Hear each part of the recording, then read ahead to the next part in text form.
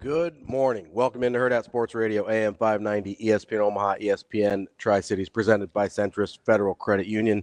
That's DB. I'm Ravi Lulla. DB, What up? how we doing this morning? Fair to middling. We're doing okay?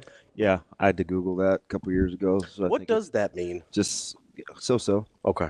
I mean, I knew what it meant, but I didn't know where the origin was. Yeah, I don't really know like the origin, Mm-hmm. but I mean it fits. Get the gist of it. Yeah. It's as obviously I'm sure everybody's heard, and as you get from the intro there, which Shane did a great job on. We got some heavy hearts in Nebraska this morning. Yeah. With the passing of Jack Hoffman. I know it was obviously a very unique experience for you. You were on the BTN call for that one. We heard the Husker Radio Network call there with Sharpie and Matt, but I was kind of curious. We were talking about this a little bit last night. Did they give you a heads up? So the only thing that I knew is that they had something special planned. Okay. And Coach Pelini joked that, I was going to see a new weapon in the backfield. So I thought he was kind of. I took him as being pretty serious. Yeah. And his delivery led me to believe that he was pretty serious, and then you watch it unfold, and you could see it coming out. It was kind of scrambled. Yeah. Like I remember, it's pretty vivid. Yeah. And he's on about, I don't know, 30 or 25. I'm like, shoot, he's got another gear.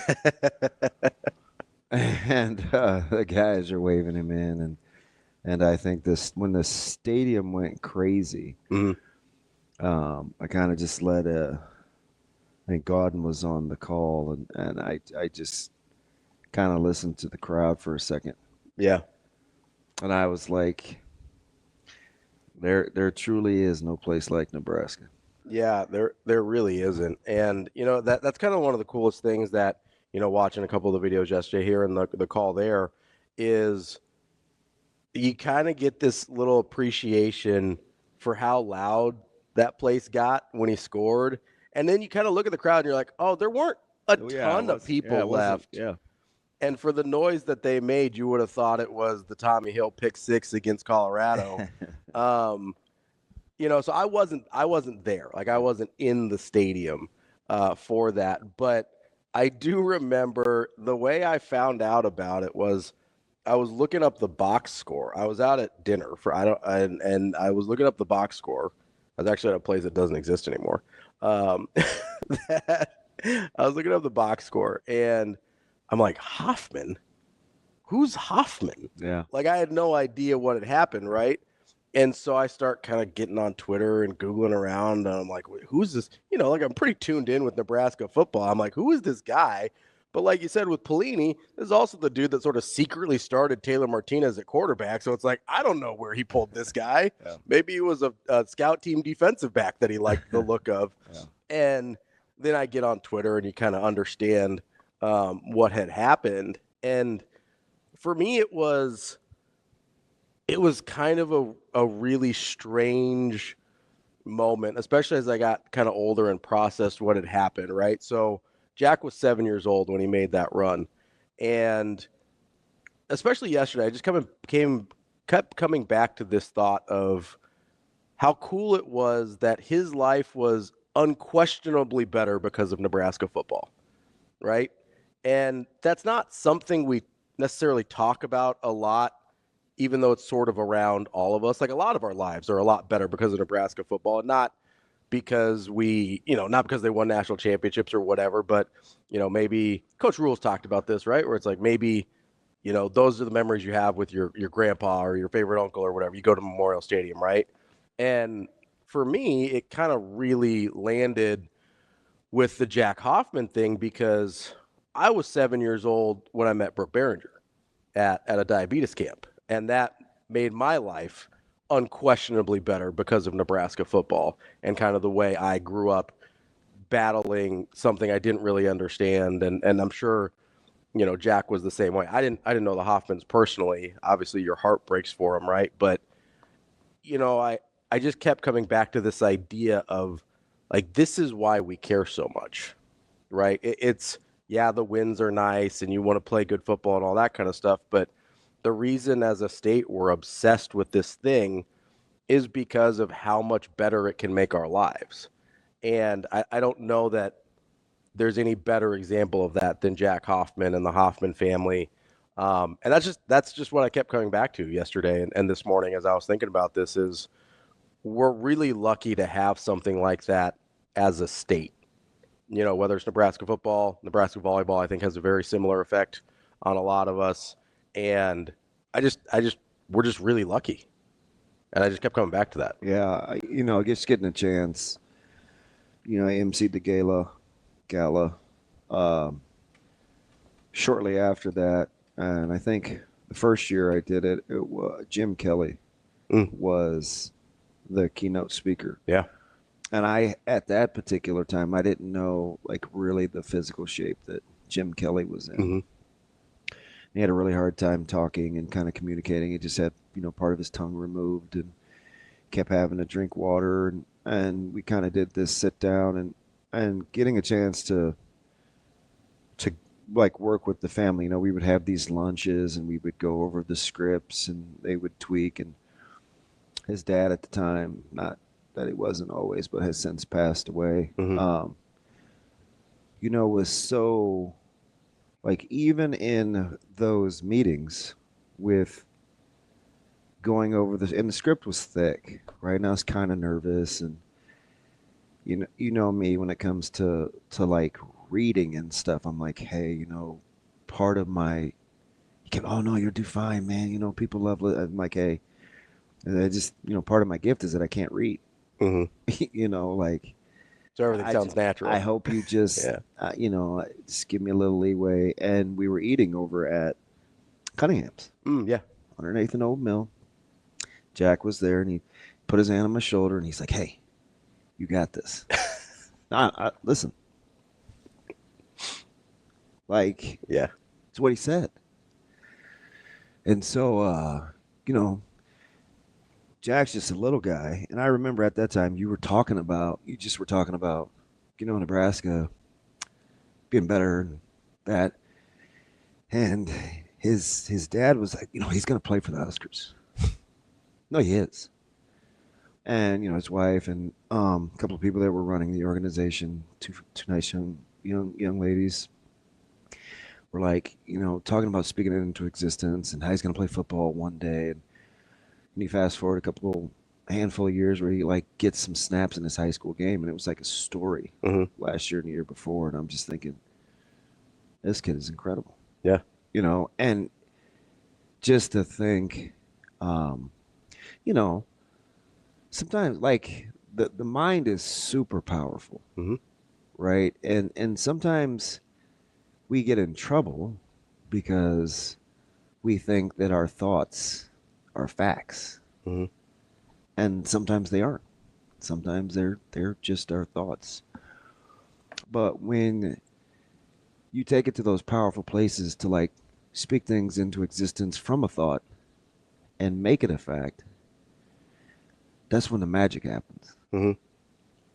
So there's at no point. Number one, I never thought we'd lose his dad before we lost Jack. Yeah. Number two, I just remember kind of like this guy thinks he's like pep talking me into this booklet that I've got to sift through and kind of is very highly organized, man. It was just like their attention to detail was incredible. And, just kind of feeling overwhelmed and him being at peace. And he'd meet with me like twice a week. I mean, hey, make sure you got everything. Your room's going to be at the here, and you can come down and you can stay the night if you want. And I just remember not wanting to, like, do him a disservice. And in the same vein, not only did that night go okay, right? Like, he played.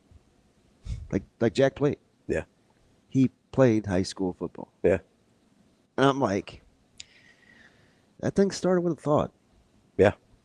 And, Jack's busy scrambling through his chicken fingers, just kind of laughing, like, yeah, like I'm going to play. And No, just the lives that he changed. I mean, he's got the unique relationship with Rex, Mm-hmm. K. Beasley, Kenny Bell. Those guys, were down on the sidelines, and I go down to do some interviews, and just their affinity for him, and he meant as much to that team, I think, as the team Oh yeah, meant to him. yeah. So I think that's why the outpouring of just the family's resilience and perseverance all kind of came to a head yesterday. Mm-hmm.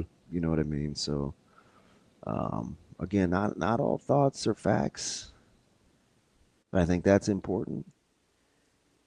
But when you make things factual based on a powerful thought, Mm-hmm. it's incredible. Yeah, kind of to your point there about the team or him meaning as much to the team as the team did to him. I believe it was a Husker Radio Network interview when Taylor Martinez got inducted into the Nebraska Hall of Fame. Was it last year, I think? Mm. And he was asked what was his favorite or his best moment as a Husker, and without pause, without hesitation, says the Jack Hoffman run, Yeah. right? This is a guy who's going into the Nebraska Hall of Fame. I mean, look who's caravanning him in. Yeah, right? Yeah. Look who's ushering and be like, oh, no, Jack, we're not going left. We're going right here. Yeah. And, and I think that's interesting because we don't always, like Taylor Martinez comes off very strangely publicly to most of us, right? We don't really understand him. And so I think he can come off as kind of aloof and maybe not as, like Kenny and Rex always came off as these super passionate guys, right? Yeah, polished. That wasn't really the vibe that Taylor gave off. So for somebody who it'd be really easy to be like, oh yeah, he's just kind of there for it, it's cool and whatever, but for it that much later to still mean that much to him when he had some amazing moments in his Nebraska football, a lot, I think, more than we remember amazing moments in his Nebraska football career, for that to be his answer immediately and without question, I think speaks exactly to what you were saying there about what Jack's impact was on the team, and I think to a larger extent on the state in general. We've obviously seen how impactful the Team Jack Foundation has become, not just locally but on the national level as well. And it's really easy to look at that and be like, well, his impact is going to be felt forever because you can put dollars and cents to it, right? You can put they've raised over 12 million for pediatric brain cancer research and they funded all these projects, but I think the lasting impact here is just going to be the way we felt about it, the way he makes us feel about not just his story and his inspiration, but I think he also kind of represents what we hope, like what we all hope Nebraska football is and means, right? It's really easy to get jaded, whether about like wins and losses and college sports in general, but I think we look at a Jack Hoffman and say, like, that's what we want to be about. And I think that means so much to have sort of this central figure to be representative of.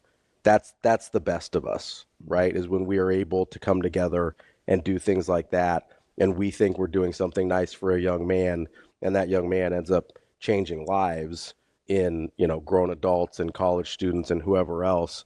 Like that's what it represents to me, being on kind of the outside looking in, is that's an aspirational figure and an aspirational idea of who we should be as Nebraskans. Yeah, it's just a ton. I mean, this is on the heels last night, or just in general, kind of called to the carpet in terms of how I've handled some situations, and just carrying some guilt with, kind of what my niece went through, and just not being there enough, and it was tough. Yeah. Tough. Yeah. Well, sometimes you just can't go back and get it. No, you really can't. And I think there's always, I think you can always look back and say, yeah, I wish would have been more involved or wish been this. And it's hard, because there's no, especially when you feel like you lost something, you never feel like you did enough. And obviously all of our hearts go out to the Hoffman family. They've been through more than anyone should have to, and our best is with them for sure. No good way to move on from that, really. So we're just gonna do it. Coming up on the show, we've got Cynthia. That thing called live radio? Yeah, yeah. It's unfortunately sometimes the hard outs are not our friends, and you have to just keep on rolling through a segment here. But Cynthia Frelund will join us at 8:00, the NFL Network, preview the divisional round. Coming up at 8:45, we've got our Thursday regular Brian Edwards, our Vegas insider. And then at 9:00, we will talk to Michael Bruntz, Husker 24/7. Got some Nebraska hoops going on tonight. I know, these games make me nervous, man. Like, Rutgers is the worst type of team to play. Yeah, and I'm not going to, well, you have to watch them just because I happen to be a guy that watches them a ton. I'm just saying, I think the record is obviously misleading because what's the low-hanging fruit? Well, they got 2 top 5 picks, but they're not very good. Yeah. That's not really true. They're capable in very small doses so far of looking like a very good, well put together basketball team. Yeah. Their problem is they have yet to really, I think, play 40 minutes. Now they played about 31 or 2 against UCLA the other night, but why I won't take too much from that is because it's UCLA, and I'm just not sure where they're at, where their heart is either. Yeah.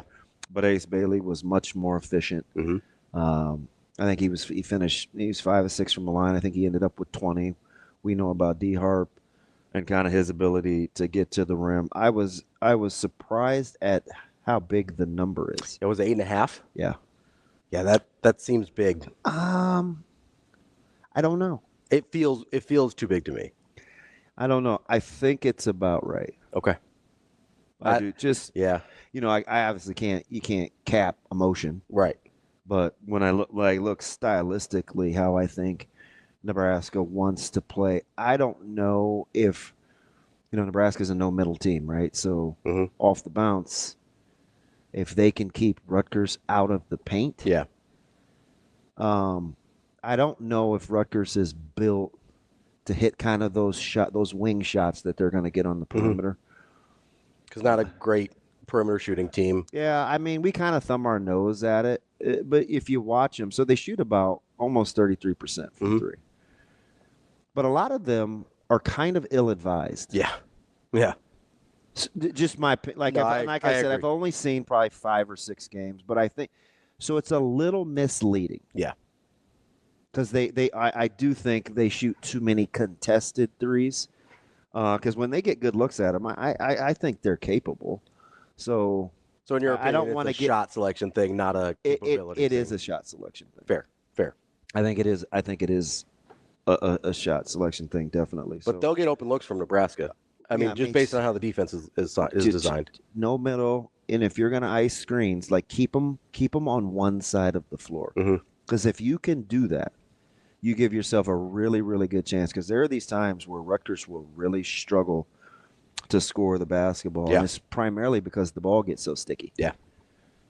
I mean, like real sticky. Yeah. So keep them on one side of the floor, no middle. You give yourself a chance. But in my opinion, I think the number's right. Yeah, it just makes me nervous because I look at what we just talked about with Rutgers and I go, okay, this is a team that could win outright, right? Like, would not shock me if Rutgers won this game. Yeah. Nebraska needs to win this game and kind of has to win until they start winning some road games. They can't afford to take a loss at home.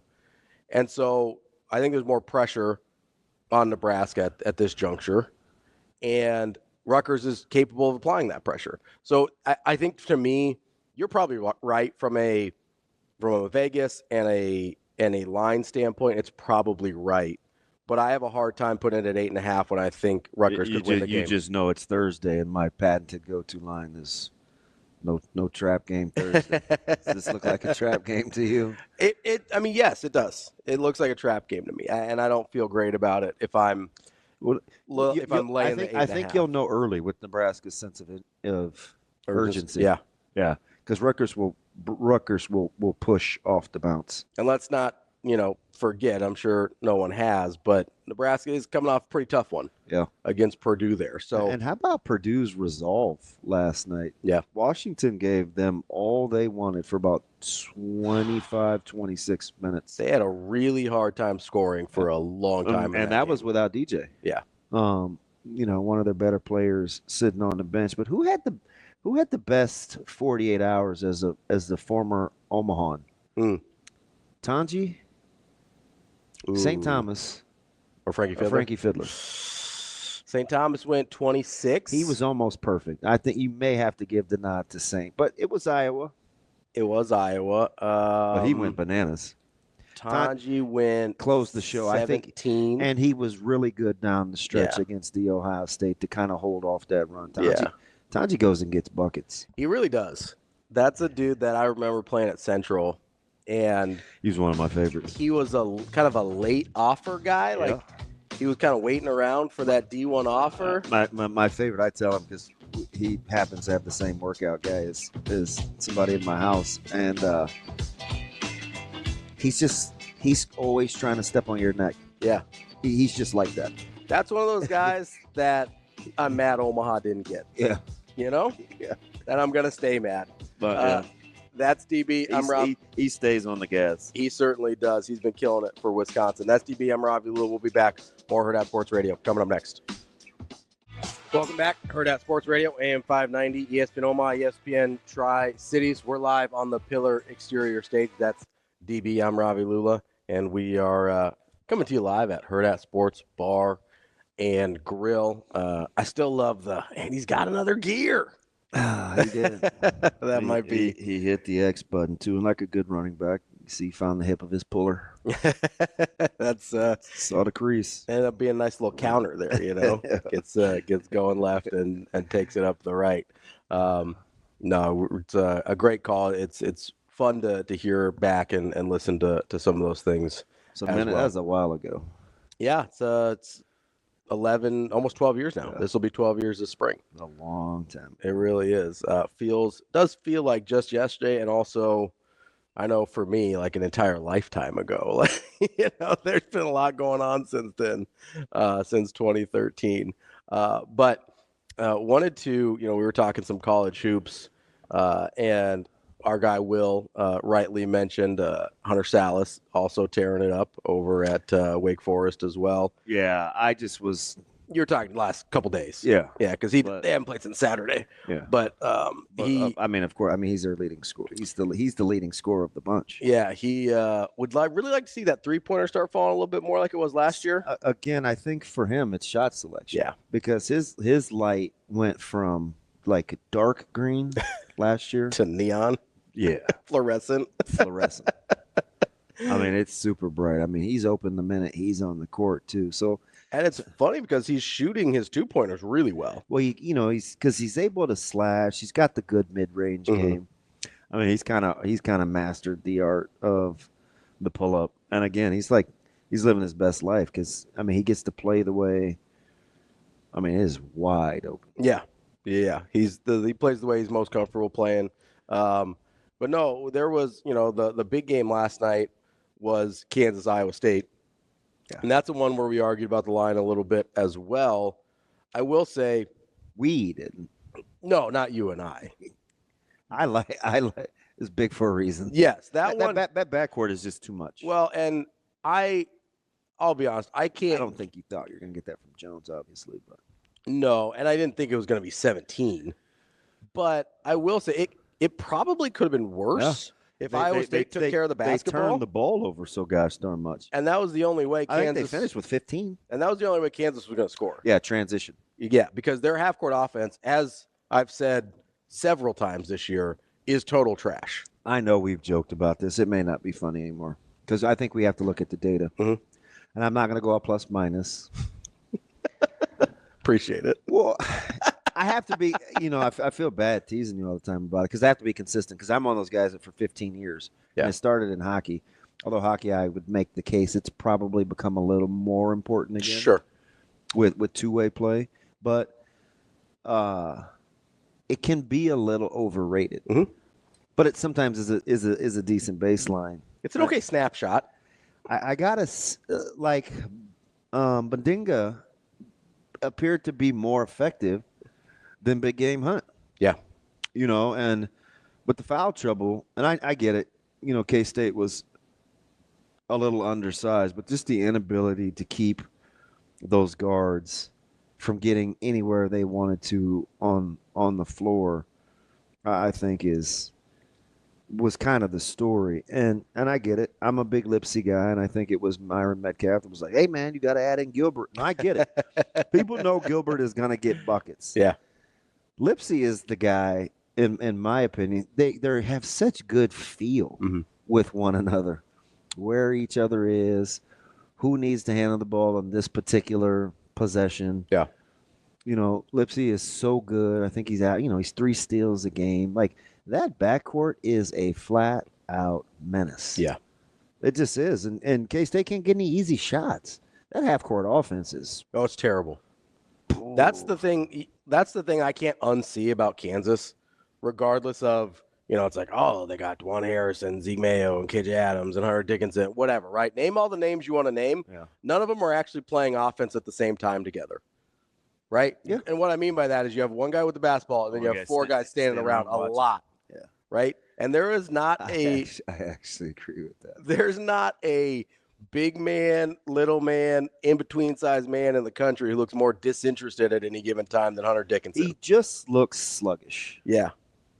And I don't know if that's a shape thing or a mental thing or what. Yeah. He doesn't look like, on any given possession, does not necessarily look like he wants to be terribly involved. Yeah. And that's a problem when you've got, he needs to be better than that. He has to be. So quietly, we kind of talked about him, and I said, they're playing a lot more like late Izzo teams. Mm-hmm. And we've gone back and forth about Izzo's prowess, what it is, what it isn't. We do that with a lot of coaches. But this guy, this is dumb, but I got to ask it because I think it is a thing because you just want to play well. Mm-hmm. How much better do you think Michigan State can play right now? And I'm not going to say they're peaking, but man. Yeah, they're certainly – so it's kind of misleading, right, because of their record, right? At 15-2, you'd be like, oh, I bet they've been playing well all year if you haven't, been checking in. That's true. Right? They kind of ramped up to this. Yeah, because they're certainly playing the best they have all year. Yeah. I don't know – because I'm not going to pretend like I watch Michigan State as much as I watch some of the other teams, but I've seen them. I mean, they did win last night, shooting about 25% from 3. Yeah. And they kind of let Penn State back in it. But Penn State is tough-minded. And we've seen, they knocked off Purdue earlier in the year. We've seen Penn State be good or be competent, at least at the very in certain areas of the season. But, I've checked in on Michigan State a handful of times throughout the year. This is certainly the best they're playing in the season. I don't know if they're at their ceiling. Penn State shot 42% and lost. Yeah. From 3. Yeah. That's hard to do. Well, they made their run. Yeah. I think they were gassed down the stretch, and then Frankie was able to take over. The Big Ten is tough. Yeah. Hey, the Big Ten is tough. And I don't know that there's a team I feel that elite about, but really I think you would appreciate if they can handle the backcourt pressure. Who? Because I don't think they're elite in the backcourt. I think you will enjoy Michigan. Yeah, I haven't watched a ton of Michigan yet. Hey, they are a fantastic offensive team. And Wolf is quietly making a case to be a top 10 pick. The team that I've liked it's quiet. The best when they play well is Illinois. So far, yeah, I'm with you. It's why they're top 6 in the country in scoring. I haven't watched a ton of Michigan yet, so I'll make sure to check in on them. But yeah, I don't know that I look at it and I go, hey, that's your clear Big Ten national title contender. But I don't know. There could be 6 teams in the Sweet 16. I know they're a little dinged up, but at what point did you realize to yourself that South Carolina is a top 10 scoring offense? Didn't that game look like? Yeah. It was bad. That's Vandy sold. They pushed it to 7 and got it to 9, and then I was like, oh, and then here comes South Carolina with a hurt too, like banged up. Yeah. Like, what is going on? Yeah, I don't check in on South Carolina much. Vandy's. That was a hard. They're kind of rolling, and it was early too. I think it was 5 because I was trying to figure out what to do for dinner. Yeah. I was repurposing. Potatoes that I knew I wasn't going to eat, so it's kind of hard, right? Like, how much care and concern. But I ended up going with cream chicken. Okay, it was fire. Pretty good. Yeah. Although I'm hungry, right? I just ate it out of the bowl. Yeah. Yeah. But did you see what Tennessee is capable of? Yeah. Defensively. Yeah. I mean, that was utter madness. They can lock you down. It's incredible. That's what I'm used to from Rick Barnes, right? But they can score. I mean, Ziegler was obviously his play is elevated. Yeah. I'm not always used to. It's honestly a little bit like Iowa State. I'm used to them being able to lock people down. Not always used to them being able to score the basketball. I love the Cyclones backcourt. And somebody said yesterday, I think Sean said yesterday, that might be the best team in the country. Yeah, I wouldn't. I'm probably not going to fight you on it. I was riding with him. We got more Hurrdat Sports Radio coming up next. Wrapping up hour number 1 here on Hurrdat Sports Radio, AM 590, ESPN Omaha, ESPN Tri-Cities. That's DB. I'm Ravi Lulla here at Hurrdat Sports Bar and Grill, reminding you that you can win 4 tickets to the Omaha Supernovas on Sunday here at the CHI Health Center. Go to hurrdatsports.com/win tickets to enter, or if you're watching the show, scan the QR code that pops up during the break. That will take you right to the entry page as well. You can win 4 tickets to the Omaha Supernovas. DB. What up? You know, I've been thinking a lot about. I doubt it. Well, I think a lot. It's not always productive. I think very deep. You know, I wouldn't say that always. Sometimes it's very surface level, and then just trying to figure out how for my takes to seem better than they are. But, you know, I was thinking a lot about that Kansas team, as some of our YouTube chatters are apparently TK down there in Kansas. I guess Lawrence is freaking out. And I was thinking a lot about the sort of standard they set for themselves. And because we were talking about this with Nebraska and Creighton over the last couple days. And I'm having a really hard time with this idea of the standard you set for yourself versus maximizing your roster. Like, I just keep coming back to it, right? Yeah. Because, you know, in general, I'm kind of I think risk averse is the right word, person. I think things out pretty thoroughly, and I'm like, is the risk worth the reward here? And I don't know if I'm going against that or if I'm playing directly into that when I think of a, you know, you're talking about a Kansas team that we don't think that Dickinson is necessary. Like, they might be better when Dickinson's not on the floor, right? Like, that's how it seems a lot of the time with Kansas. Or you think about a Creighton team and my desire to see Fedor play more. And you go, okay, if you're Kansas and you play Dickinson, you have a pretty good idea what that's going to look like, right? May not be the ceiling you hoped for, but at this point, you're 2 years in on this Dickinson thing. You have a pretty good idea what it looks like. Yeah. If you bench him, you don't know what it looks like, but it's possible. And he's not bad enough to bench. Not bench in terms of not play, but like reduce some minutes and have some other guys get some time, right? When I say bench, I don't mean like, hey, you're shuttered. Like, you know, we've seen Ty Davis gets not benched, but he's not playing right now, right?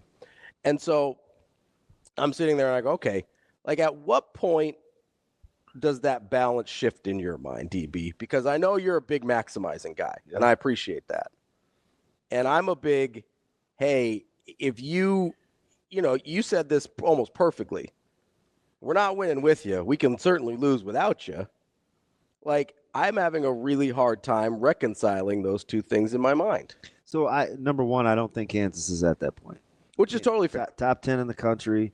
Dickinson is proven he's capable of playing. Mm-hmm.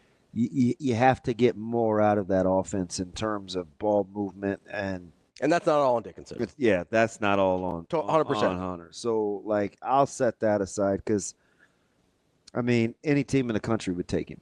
For sure. So I'm going to so that's why self's as great as he is, right? Like, that's up to him to figure that part out. Now, the part about maximizing is, I don't really think that's not really that tough of a concept in term. It's like, I used to tell like students and stuff. I used to do this thing called Family Leadership Institute, and we would teach these courses and stuff to try to empower parents in like their own household. And a lot of times people use their environment or kind of their surroundings as their baseline for how they should perform. And, we would work through these processes that it's like, hey, you know what? People make environments. Environments don't make people. You just hope that you've generated enough skills where you're portable regardless of where you are. Just because I live in, a low income neighborhood doesn't mean that I have to behave like what the stereotypes are for low income neighborhoods, right? Like I can be the best version of myself. I don't really think that there's a lot of gray in that. No. Now, I agree. Now, where I think you struggle is outwardly saying or admitting to yourself, you know what? This might be as good as we can do. Yeah, my issue is I don't think that's the case in some instances. Like that's where it becomes a problem for me is when I don't think that's the case and other people do. Okay, so let's use your babies for example, right? Creighton. What deal or no deal? And I'm certainly no Wayne Brady, so leave the jokes around, especially with the latest info. But what would I have to guarantee you where you would say, okay, deal, that you would take today? For Creighton? Yeah. Would you take a tournament appearance? No. Would you take a tournament appearance plus a win? Maybe. We're getting there. See, I think I think I have no disillusions about this being like a Final Four team or anything like that. Like I'm not there. Okay, so let's back it up. Are they Elite Eight? No. Sweet 16. That I think is the ceiling. That's I think the absolute ceiling with this roster. Is Sweet 16. But if you think that that's the absolute ceiling, you wouldn't take the one win? I might. Do you know where one win puts you? In the second round, 32. Yeah. Yeah, that's why I said I might. But here's the problem, though, right? Is I would rather give myself the opportunity. This is where the risk versus reward comes in for me. Is I would rather give myself the opportunity to make a Sweet 16, even if that increases the chances that I don't make the tournament. Like if I make a change that's riskier, I would rather give myself a shot at the high end as opposed to guaranteeing myself the middle. That's where I start to have an issue. I'm not going to act like this is a foreign concept. I have a really good example. Okay.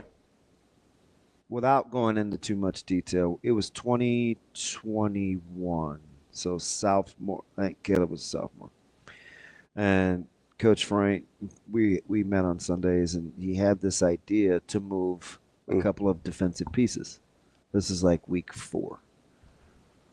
And he's like, look, I know what I'm saying, but we can't continue like this if we want to have a chance to play for it all. Yeah. And the like laying out of the plan sequentially was like, ooh, I don't know. We may take a few lumps early. And he was basically saying what you just said. Listen, I want to play the long game because I think ultimately at the end, this is who we're going to have at these 4 or 5 spots to play with who we think is going to be there at the end. And it was tense and there was a lot of planning, and we like made wholesale changes on the fly. Yeah. Like literally. And that's some on offense, handful on defense. Well, it's about the same time that Anthony made started. A quarterback change. Like, yeah. That's where I thought you were going was Anthony. Well, we moved Wimmer, we moved Caleb. Like, there was a lot. There was a lot. We went lighter, quicker up front along the D-line. And I'm just thinking, but we're winning. Yeah. I'm just being honest. That's hard to trade. I would love to go back and say, "Oh man, I saw it too." No, that's hard to trade. When it's going well enough. I'm listening real time, and the first thing that I was thinking in my head is, "Man, are we panicking?" Mm-hmm. Like that's what I was thinking. I don't think I said that out loud, but it can look that way. It can look like panicking. Yeah. So, and I remember I was eerily quiet, and the relationship coach right now, mm-hmm. he's like, you got, like, where are you at? Like, where are you at with this? And I was like, well, my dumb butt, you want the father's side or you want the coach's side? He goes, oh, I'll never forget this. He goes, well, if you're capable, I'd like both. Does that not sound like you? Yeah. He gave you kind of that half smile while he was doing it. And he's that dude is the goat. So, and like we've been like I'm telling you, like that's my dude. Yeah. And so in the meantime, the risk thing, and he's a lot like that. Mm-hmm. Really good with, like, he can forecast economies and good with finances, and so he projects a lot. But in the meantime, you have to be in a situation where the people that you're talking to in that locker room or in the dugout or in the clubhouse or wherever, like, you're having this conversation openly and outwardly with them so they understand what the expectation levels are. Because the worst thing that I think you can do, and this is in relationships, this is in coaching, this is in business management, is when you make your employees or employers or players or spouse or girlfriend or whomever guess, and they're wrong, that's not their fault. Yeah. That's not their fault. So, like if you're using Creighton for an example and you're on a cast division, like what would Max say? It's not like he's going to walk in there and say, hey, you know what, guys, like, because I need 7 more minutes here, I'm going to sacrifice short-term gain. Like, it's not that linear. No. But you're talking to me as though. No, what I would go in and say is, if you play X guy more, somebody has to play less. This raises our like. How would you know? The way that I would pitch it is like you know what I mean? Yeah, I get it. So the thing I would say if I was Coach Mack is, hey, we've been in this league a long time. I don't think we can win at the level that I think we're capable of if we only have 2 ball handlers on the floor at the same time. We lost Pop Isaacs, which kind of messed up our plans. Don't you think that's a lot about matchups? I think if you're going to have 2 ball handlers on the floor at the same time. You have to have that in the risk analysis. I agree. Are we always going to play a team and then fill in the blank? And the answer to that is no. No, but you're also not going to play the same guys the exact same minutes every night either. Yeah. Like, there is some fluctuation there, too, especially with guys that aren't Ashworth or Kalkbrenner. Yeah. Cynthia Frelund coming up next. Talk NFL.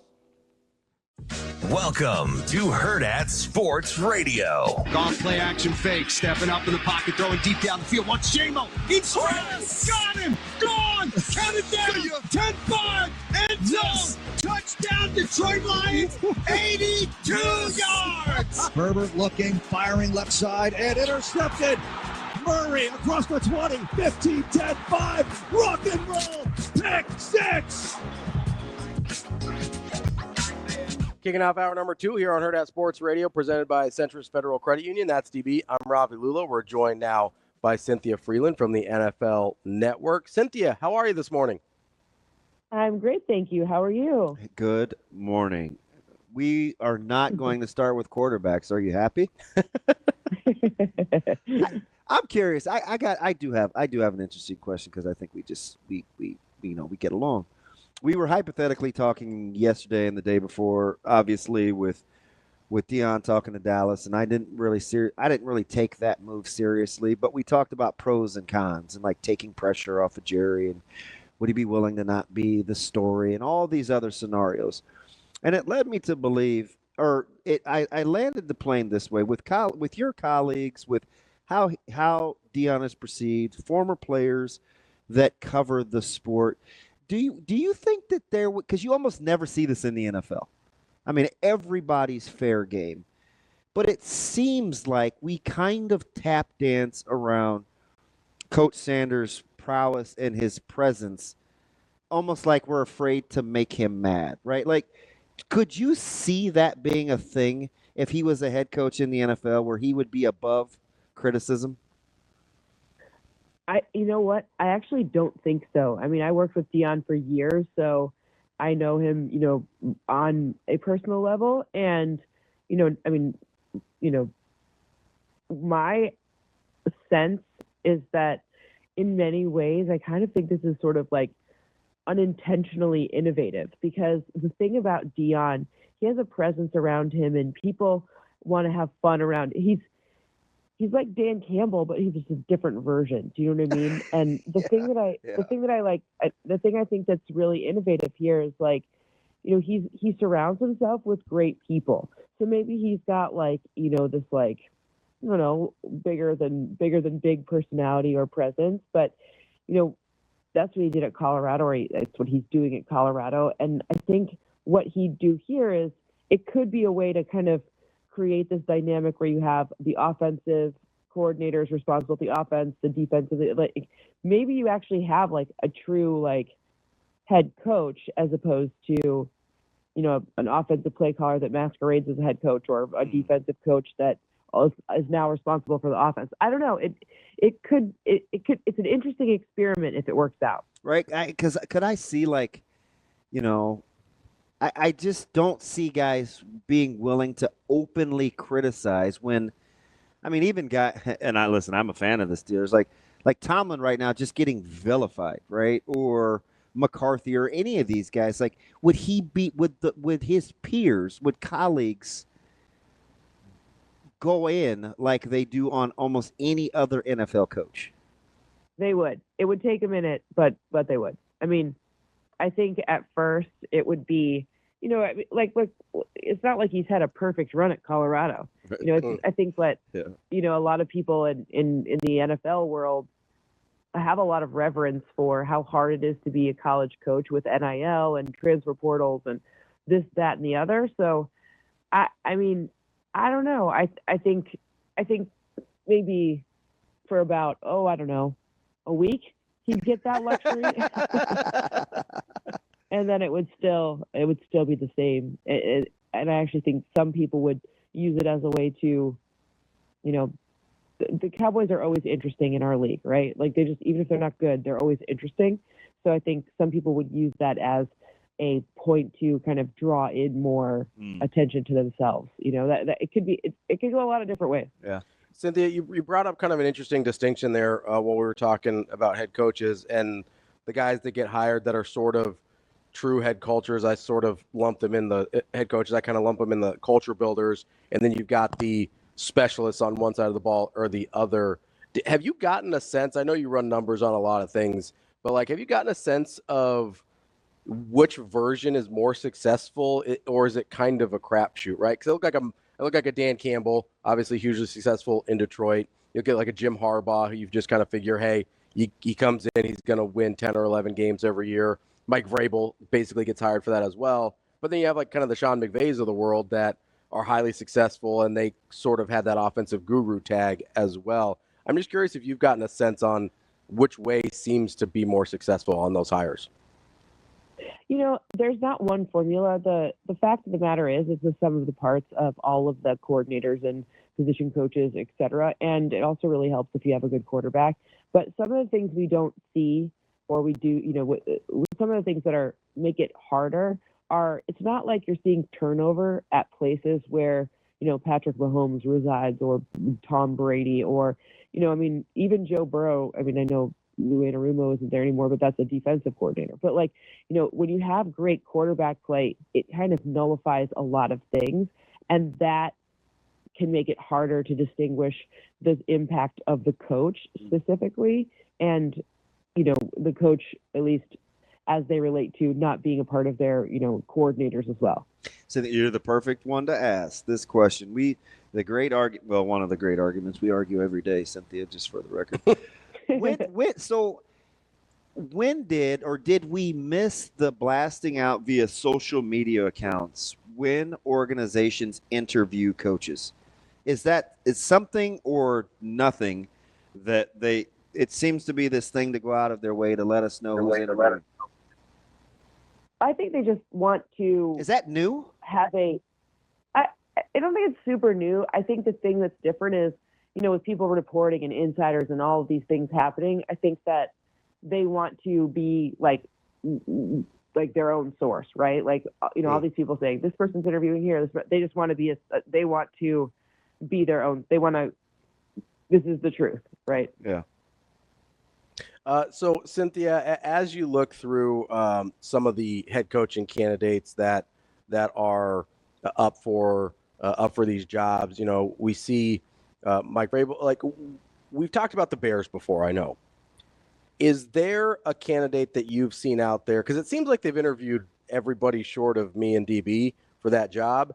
Is there a candidate you look at and you look at the roster and you look at kind of the ownership GM position, you go, okay, this guy can make it work in Chicago when we've got about 40 years of history without. And she's got polls insight. Well, first of all, it doesn't matter how many they've interviewed. The Jets still have them. So the Jets have interviewed even more people. So it's not like, that's interesting. But I don't think there's one solution. I think there's a lot of, I would be very interested to know who the structure, like, you have to support Caleb Williams in that job. And I would love to know, and of course, at this point in the game, we don't know who each of these head coaches could, or potential head coaching candidates could bring along to specifically support that quarterback position. And I want to know what their plans are, and the GM is involved here too, to get a new O-line, to figure out how to protect any quarterback that should be in Chicago ever. Because, those are two places you'd really need to start and address. I think that the defense is a little bit better than people might think. Like, there's some great pieces on that defense, but you have to support Caleb and you have to figure out that O-line. But it's really about not just the head coach, but the whole structure of who comes along with them. Cynthia, at first blush, would you rather have the job in Las Vegas or the job in New Orleans? Yeah. I would rather have Las Vegas because, well, number one, you being able to have a little bit of cap space, like, very much helps. And the Saints, despite being able to do some good juggling, their cap situation is very, very, very prohibitive. The ownership situation in Las Vegas, how big of a concern would that be for you? And do you mean Tom Brady or do you mean Mark Davis? Both.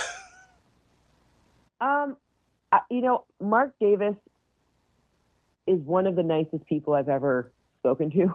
Mm-hmm. So it's strange. He's a very nice human being. I think the hard part is in the AFC West, you're always compared to Patrick Mahomes, and now you have three teams in that division that made the playoffs this past year. So it's a really difficult division. I hope Tom Brady can come in and help, and I hope that they figure out who the quarterback of the future is there. If they get that right, I think things would be a lot better. I love Max Crosby. He's actually going to be on our show this weekend. He's such a wonderful leader. It's great. I mean, I know Antonio Pierce well from 2008 or whatever. So it was a hard job and it's not fun. But I don't know. If you're a head coach, at least you still get paid later. Like, I feel bad for the position coaches. It's going to be harder to convince people who aren't getting paid, $5 or $6 million a year to come there, as opposed to head coach. I guess you buy the ticket, you get on the ride, right? But it's the other people that's going to be harder. Given the pieces on the rosters, better, same, or different, the coaching job that Sean Payton and the other Sean McVay did respective to their teams? Very different. I mean, one of the, Sean McVay had to deal with so much injury this past season. I think, if you look at the number of plays that Matthew Stafford, Kyron Williams, Puka Nacua, and Cooper Kupp were all on the field at the same time for, if you look since the beginning of 2023, it's something like 700 of 2,200 potential play, something crazy, a third of the time. That's very hard to deal with.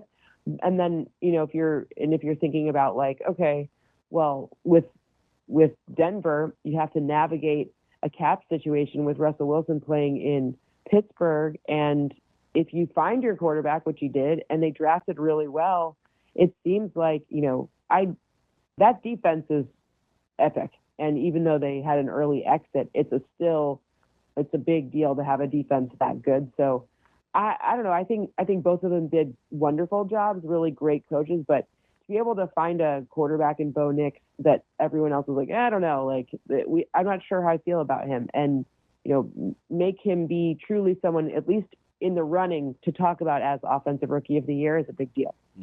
Cynthia, let's stay on Sean McVay there for a minute as well. What are the chances you give them against the Eagles this weekend? I think a lot of people are really interested in how the Rams have been playing, not as in love with what Philadelphia has been doing. I think if Philadelphia is right at 6-point favorite there, what kind of chances do you give the Rams? I mean, they always have chances, but I think that the Eagles win this one pretty easily. I mean, I'm not looking at that 37-20 win before and saying, okay, just slide it in again. Week 12, it's a different ball game now. But I will say, if you look at the O-line for the Eagles, it's very good, and that's going to be where the biggest source of a difference from last week to this week is. I don't think that the Eagles are going to let Jalen Hurts and or Saquon Barkley, because that is part of this equation, be pressured 60% of the time. That's not going to happen. And conversely, on the other side, that defensive front, I mean, Jalen Carter, Zach Bond, what's going on with them this season is very, very strong, especially on the defensive side. And it's going to be very hard to have some solutions to all of the things that defense is going to be able to solve for. I don't know how, you get, Puka Nacua is great. We absolutely know that. But I don't think Kyren Williams will have the type of success that will help out enough to give them the edge. And if you look at Matthew Stafford's stats, this is his worst year since 2018 under pressure. And I think pressure is something that the Eagles will be able to exact on them. Cynthia, if you look at assets, maybe stability, the front office, what was your level of surprise that the Giants were so early coming out talking about retaining Dable, and what you think that means for them going forward as a team that can turn it around? I mean, I think part of it is, they almost, you have to weigh in with what the, and I say cost, and I don't mean it like money, but I think cost to your organization of switching again are. It's been a lot of switches recently, and they're one of the, historic organizations. Look at the Steelers, the Ravens, many of them don't switch their kind of GM and, and coach or even position coaches all that often relative to some of the other ones. Right. So I think that part of it is they believe that, with a fresh start, with a fresh set, let's keep the same organization in place. Let's keep our scouts in place. Let's keep our, all of the people whose names we don't necessarily know in place to see if we can have a better outcome. It feels like they're trying to give some continuity. That move is an effort to make more continuity in thought and philosophy as opposed to starting over again. They made a big acquisition last offseason, and their defensive front was very good. I mean, Brian Burns was a nice addition. So they're starting from a place of, okay, let's start from our defensive front and build out from there. That's what it looks like, at least.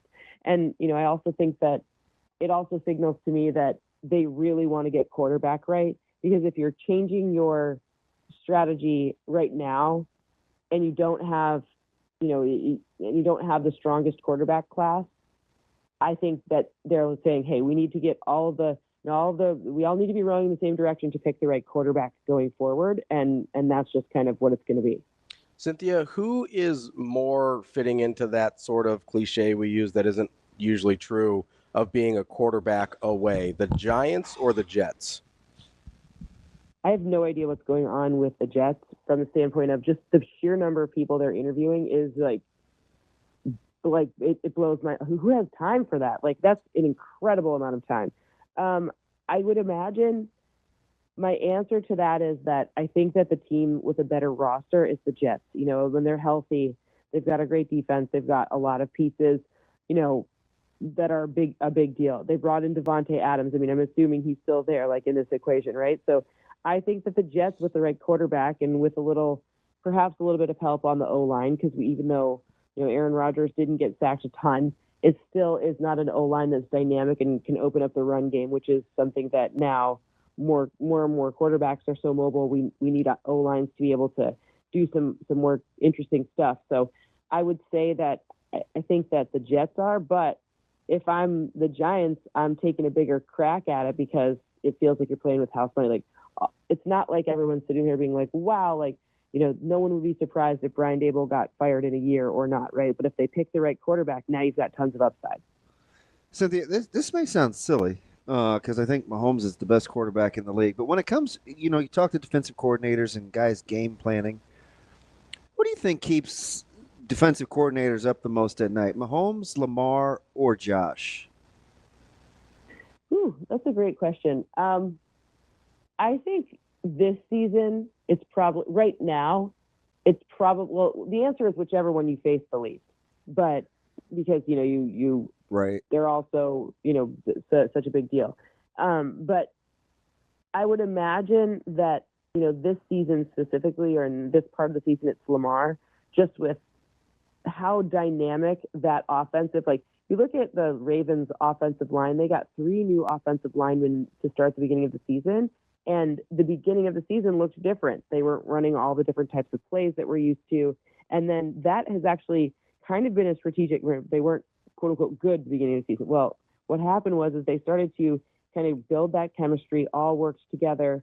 And the reason that the Ravens feel so scary right now is because they keep adding plays to their playbook because they kind of got this, like, I'm going to call it like an artificial bump, but like this added, like a, when you boost a rocket into space, that little extra, that second one that gets it, the second ignition that happens, like, because once their O-line is playing together, and now you got Derrick Henry there, that just makes it so once that chemistry is formed, well, now we can add even more wrinkles and folds. So that's probably the one I would say. But my one caveat is that without Zay Flowers, if he's for some reason not playing, it makes things a little bit easier for Bobby Babich this weekend or whatever, any defensive coordinator.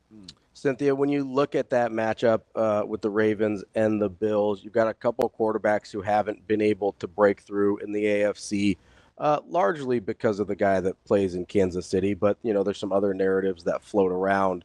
Which of those 2 quarterbacks need to advance the most in order to kind of help alleviate some of that narrative around their playoff success or lack thereof? Well, I think both I could make a really strong argument for both of them.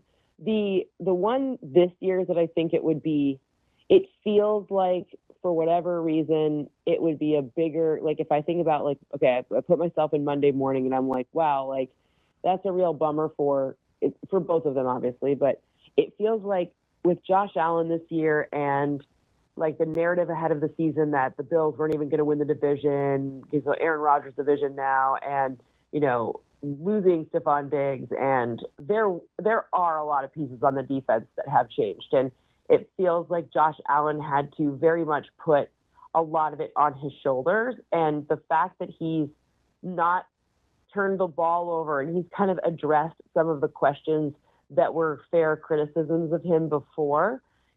I think it would feel, it's like, oh man, like, Josh really could have done it this year. I think that would be kind of the feeling after.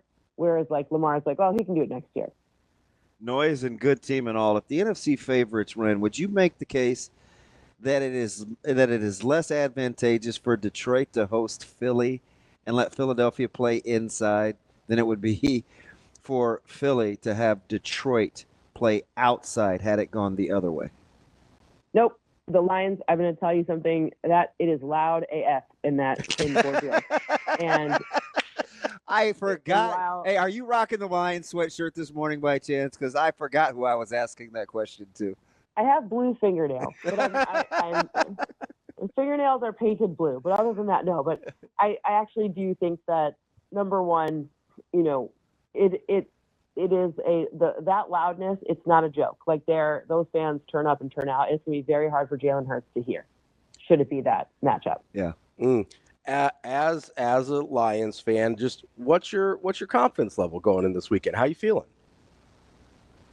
As a Lions fan or as an analyst for the NFL? Because those are two different things. Both. Let's do both. As an analyst, my math is very strong that the Lions have a good chance of advancing based on their offense, their offensive line specifically, and the fact that it feels like their offense can overcome some of the woes from this really banged up defense. As a fan, I was not happy until I saw 3 zeros after 31-9. So it's just the way it is. Like, I've been used to being disappointed my whole life, so it's going to be hard to not be fearful until the game's over. If you're Ben Johnson, how careful should you or would you be that you don't always get arguably the best offensive line in the NFL to call plays for? If I'm Ben Johnson, look, truly, and I'm not saying this as a Lions fan, if I'm Ben Johnson, I am, depending on who he's paired with from a standpoint of who these these great defensive minds that are available are, I'm really careful about leaving. I would try to extort the Lions for a lot more money. I would just be like, pay me like a head coach, and I'll stay here, because this is not a strong quarterback or offensive line class. So if you're inheriting a mess, it could be difficult. It could be very difficult. That's Cynthia Frelund from the NFL Network. Cynthia, great stuff as always. We really appreciate it, and I hope the fan side of you has a nice, enjoyable weekend. I'm sure the analyst side of you will, no matter what. We appreciate it as always. Thank you so much for having me, and enjoy the football. Thanks, Cynthia. That's Cynthia Frelund from the NFL Network. Great stuff from her. As always, we'll be back with more Hurrdat Sports Radio coming up next. Halfway through the show here on Hurrdat Sports Radio, AM 590, ESPN Omaha, ESPN Tri-Cities. We're live from the Pillar exterior stage. And reminding you, if you're headed to work, make sure you have that seatbelt fastened. It protects from injuries and saves lives, but only when worn properly. Make it click. This message from the NDOT Highway Safety Office. DB, we were talking about something with Cynthia there that we've been talking about it a lot with college head coaches, and we talk about it less with NFL head coaches, but there is a part of me that starts to wonder if being a head coach is overrated. Like, as a career aspiration. Oh, yeah, I don't know. Where'd that come from? Well, because we're talking about Ben Johnson, right? And she goes hey, all these guys trying to get out of the head coaching profession. Well, not just that, but is there a point if you're a super highly regarded coordinator and you go, hey, I've got a really good position here. Yeah. Again, how often do you get a chance to probably coach the best, if not one of the best? It's certainly one of the best, if not the best offensive line in the NFL. And very rare. Right. Incredibly rare. And you've got a quarterback who you know what he's capable of. You have a defense, and I understand the defensive coordinator is probably leaving, but you have a defense that you like what you – especially – Now, where do you think Glenn is going? I don't know. The Jets? Maybe. Fudge. Again, I have no idea with the way some of these interviews have gone, and consider me jaded, not like green like the Jets, but jaded, is I'm very concerned – not concerned – I'm very skeptical about the validity of some of the minority interviews. So I don't know how real of a candidate Glenn is. I don't. I would think he is, but I really don't know. Yeah, I would think Glenn is a serious candidate. He seems like a serious candidate, right? More than David Shaw. 100%. Okay. But somewhere, I mean. Because I don't know if you know, both those guys are considered minorities. I am aware. But so is Robert Saleh, because I don't think he's getting a head coaching job this cycle, even though I don't know if he's a good head coach or not. His record would say no, but nobody wins that much with the Jets, so I don't know what to do with that. Yep. Right? I think Saleh's a really good defensive coordinator, and I have no idea if he's a good head coach or not. So I don't know if that's is Aaron Glenn more of a real candidate than Robert Saleh? Probably, but I don't know. Do you like a guy with experience, even if it's in a weird organization? So I assume Aaron Glenn is going to have an opportunity to leave. I don't know if he will or not. But I really don't know because 90% of it for me is I want to be right. Sure. So, because I said to Cynthia months ago that I didn't think Ben Johnson would leave. Yeah. Right. And she knows more than me, so I got a little pushback, especially when it comes to the Lions. And she's like, you don't want to throw the baby out with the bathwater. That's a great line. I'm more of a eat the meat, spit out the bones guy, but the baby bath water. Similar sentiment. Yeah, I was vibing with Yeah. that. I would stay. If you're Ben Johnson. Oh, every day that ends in Y. Yeah. Just give me a little pay bump. Just give me a little pay bump. I'll stick around. And I mean, I don't know like where he is with the family and generational wealth, but it may not take that much either. It may not take anything, honestly. Like there is and that's kind of why I asked the question the way I did. Like, is being a head coach overrated sometimes? Like if you're in a really good situation, because I wish more people thought of it like that because there's a lot that comes with it. Oh, yeah. Like it's not all just fancy title and big paychecks, right? 100%. Whether in the NFL or college. That's why I always used to chuckle, these last couple of years about, worried about Penn State and Coach Rule. I'm like, do you really think Coach Rule wants to go back to his alma mater and be in that soup kitchen? Mm-hmm. Look how much James Franklin wins and nobody's happy. It's incredible. Right? You look at that, you go, like that's a tough place to go back, especially if you're the returning son. We've seen that here, right? Yeah. No, their AD is his boy, but still. Yeah. It's just a tough position. It's just not quality of life, man. Quality of life. And it's funny because we talk about sometimes, you know what I think the hard thing is? And I've had to weigh, I have to weigh this. Sometimes you have to weigh, you have to give a value to how being somewhere makes you feel versus, maybe being out on the open market or commanding some more money. Could I really be happy? What's your quality of life worth? Yeah, what do you need to be happy? Because what you don't want to do is say to yourself, now, how much could I be miserable with? Yeah. Because inevitably that's going to happen. And a lot of people make that mistake. A lot of people. So it's I don't know. I wouldn't go anywhere if I'm Ben Johnson. Because you look at, and you've got a coach who's willing to shoulder. He's cool with you getting a lot of the headlines. He's cool with you getting a lot of headlines, and he deflects a lot of the attention, the negative attention. Fourth down, that's on me. All the decision making, we always put on Dan Campbell. I assume, right? When I'm like, I don't love that fourth down call, or I don't know why he's going for it there. I never put that on Ben Johnson. Maybe Ben Johnson's making that call. I don't know. Yeah, right. It's very plausible that he could be. And Dan Campbell's like, nope, that's on me. I'm the heat shield. That's what I do here. But I do look at it because it's funny in regular jobs, we make that distinction all the time where it's like, oh, I'm a really good salesperson. I don't want to be the sales manager though. That's too much stress. It's the upside isn't enough for we do this as regular people all the time. And I think we sometimes forget that coaches are just regular people with really high profile jobs. I think it's super interesting that I think, the NFL is a much more desirable job right now than college. 100%. Without a doubt. Well, for most personality types. I think there are certain personality types. The ones that don't want to work 14 out of 12 months? No, the ones that they're the same type of people that become teachers. The things that they care about the most is helping kids. For those people, being in the NFL is not more desirable, even though it's a much easier job. There's some people that being a middle school teacher is a more enticing job than being a principal, right? Because you're in with the kids. Yep. That's how I would make the analogy between NFL and college. You're in the same industry, right? But it's a very different job. And there are people that would rather be a teacher than an administrator, despite the bigger paycheck, despite the fewer headaches or different headaches. Yeah. And so I think there's and I would put Matt Rule in this category as a guy that he's in it for the kids. That's how it certainly seems. Yeah. Is he's in it for the betterment of. No, I'm inclined to agree with that. Of young men, right? And if that's at least up to this point, if that's your mindset, then college is a better job. It's a better job for you, even if it's harder.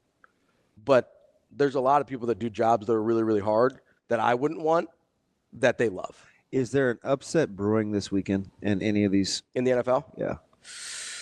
I was looking. You got the two big spreads, and then the one I think people will assume will be the tightest, which is Bills-Ravens. Yeah, Bills-Ravens. The Bills are 1-point road favorites, which I know, whatever. It's a coin flip game to me. I'm shocked at the line. That they're favorites? I I would think that that is a scary, scary proposition if you're a Ravens fan. Yeah, I would assume you'd give the benefit of the doubt a small favorite to the Bills. 100%. The reason I asked Cynthia about Rams Eagles is because I think that's the place I look at an upset. I think the Rams are genuinely playing really well. They're just good. Yeah, the Rams are playing really well right now.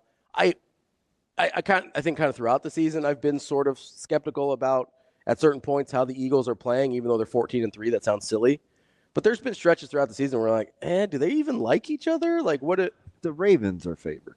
That's what I said. I thought you said the Bills were. No. That line's right. Okay, that line's right. I asked if because the Ravens are the better team. I asked if you so being a slight fave would make sense right at home.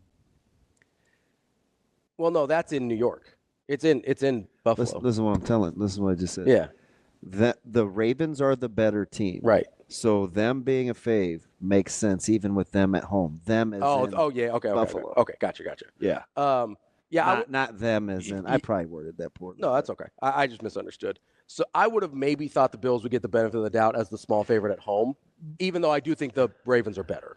Like you see that sometimes where they give, if it's close, sometimes it edges the other way to the home team. Yeah. But I think the Rams are kind of my candidate for an upset there. And I guess, it's a -6, so it's a pretty sizable upset, I guess.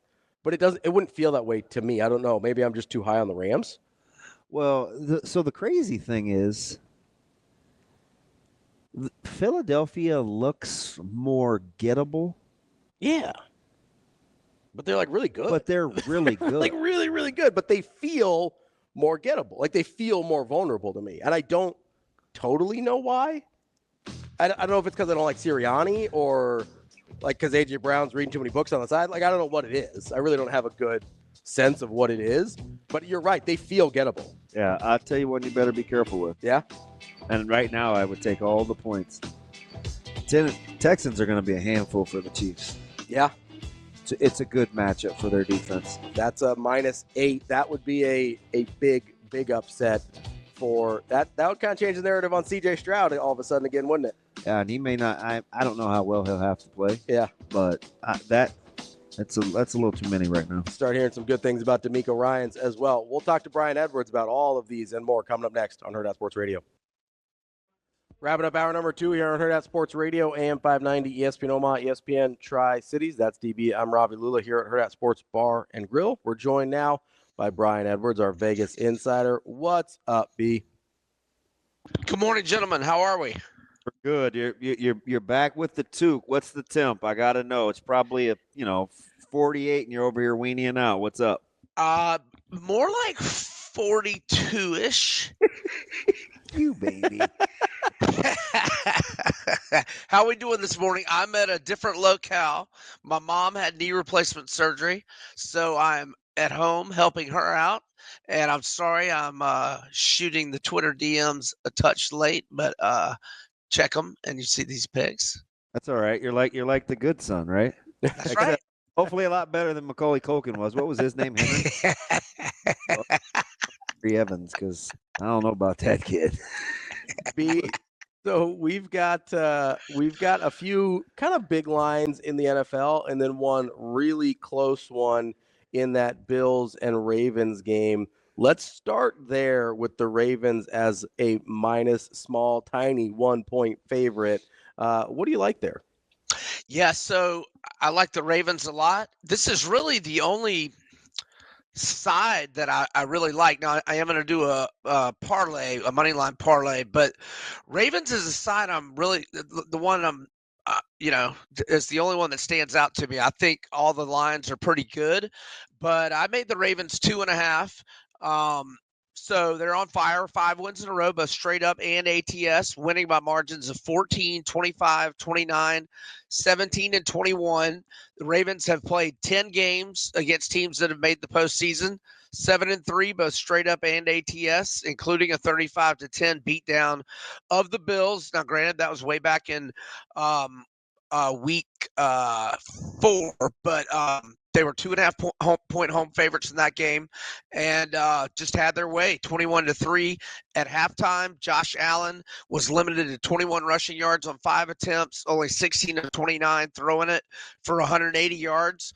Derrick Henry had a monster game with 199 rushing yards, and Lamar Jackson, 156 passing yards, 2 touchdowns, no picks, and also 54 rushing yards, 1 touchdown on 6 attempts. So I like the Ravens. I'm also going to go their team total over either 25.5 or maybe some books are 26.5. But last 5 games, they've scored 28, 35, 31, 34, and 35. And in 13 of their last 16, they've scored at least 27. Number 1 in the NFL in both total offense and rushing yards, and they're averaging 30.5 points per game. So Ravens -1 and team total over 25.5 or 26.5. Yeah, I think this is a ton. I get it. They're the underdog, and the Ravens are clearly the better team. But I would have made the Ravens probably a little bit bigger favorite, but that's probably a testament to Josh Allen and the fact that they're at Buffalo, because Baltimore does have a lot of advantages in just the matchup itself. So I think the fact that it's only 1.5 speaks volumes to Buffalo and Josh Allen. Yep. They've both had a great year, talking about Jackson and Allen, but I think Baltimore's in better form right now. And I got to go Ravens. So, B, you got my ears burning a little bit when you said the words Moneyline Parlay. There we go. What do we got here? So we hit last week's. It was a little bit of plus money. This one's barely even money, depending on the prices you get. But let's go with the 3 favorites. KC, or outside of the Ravens. Let's go KC. Let's go Detroit. And let's go with the Eagles. The Eagles is the only one that I have a little bit of. B. I'm sorry? That one makes me a little nervous. Yeah, that one's making me a little nervous as well. I agree. But it is the last leg. You could come back with some Rams +6. But no, I'm with you there, Ravi. Stafford and Nakua and Kupp, they make me a little nervous. And head coaching advantage to the Rams as well. But I think that AJ, you saw when he had a little drama whenever it was about 2 months back. The next game, Jalen really fed him. And I kind of like we're getting some line value compared to AJ Brown's normal receiving yards prop. He's usually in the 80s. He's down to 69.5. I know he didn't get much last week, but I'm going to go over on AJ's receiving yards as well. But I hear you, Ravi. Philly's the one that makes me a little nervous. I didn't think they looked very good last week. I told him, for a team that has a roster that good, and I think the D-line's starting to come around, they just, for whatever the reason, look gettable. Yes. And that head coach makes me nervous. Yeah, he's you and me both. And I think I just really like the Rams. I think I hear you. They played great the other night. So, hey, I want to go to the UFC because you got to be in a little bit of dilemma because you got 2 guys facing each other with Nurmagomedov and Davishli. 2 guys you've made that have made you a little bit of money seeing one another. How are you playing this card with a lot of big faves?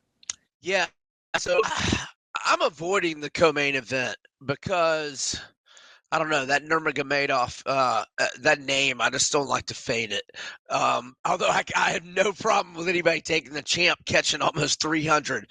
But I feel good about Makhachev just winning. I'm talking about a UFC parlay here. I feel good about Makhachev winning.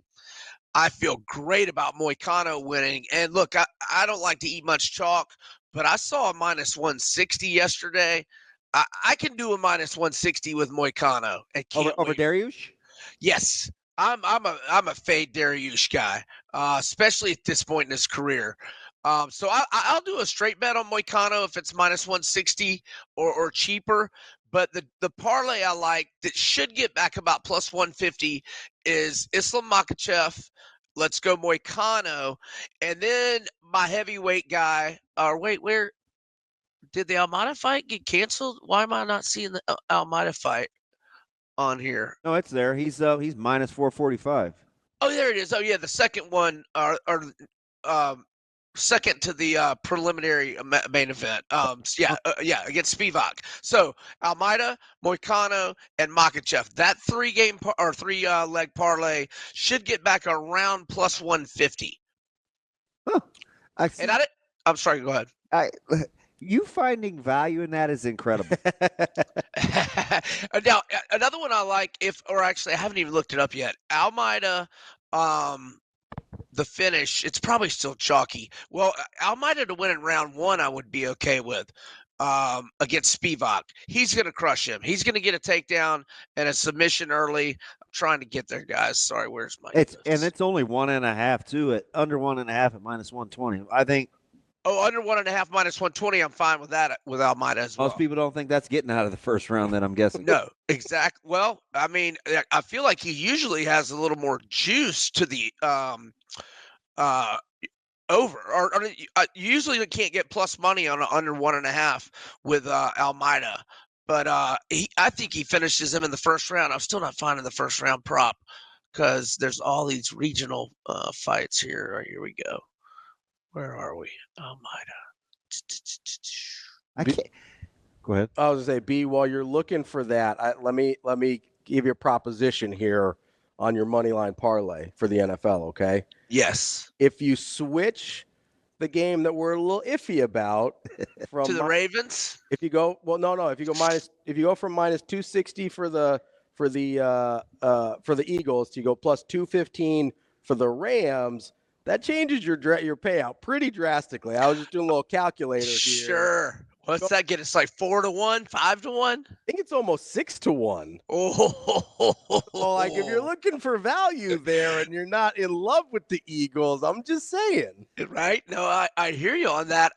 We could just switch it to the Ravens, but I already feel like I've got enough built in on the Ravens. Okay, Almeida to win in round one is plus 150. Okay, I love that. So Almeida to win in round one and or under 1.5 at minus 120. I can't believe he's getting that kind of plus money in round one, B. That has trap game written all over it. That's all he does. That's all he does. And I mean, I got to look at Spivak. I don't know, B. That has like fool's gold written. Plus 150 for a first round stoppage for him. Yeah. Okay, so I'm looking at Spivak. He's never been submitted, but come on, he hasn't. I mean, Derek Lewis isn't going to submit him. Cyril Gahn's not going to submit him. So I mean, that's what I'm looking at his recent. Greg Hardy's not going to submit him.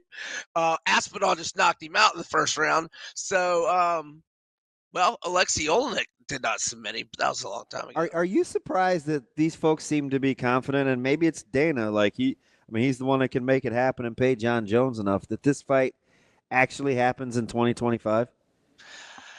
I don't know, man. I just don't think Jones wants to fight him, but man, I hope so. And if anybody can make it happen, it'll be Dana. But did you see these Jones comments like in the last week? He said Aspinall can have the title. Maybe he's just posturing for more money, but he's saying Aspinall can have the title. I want Pereira.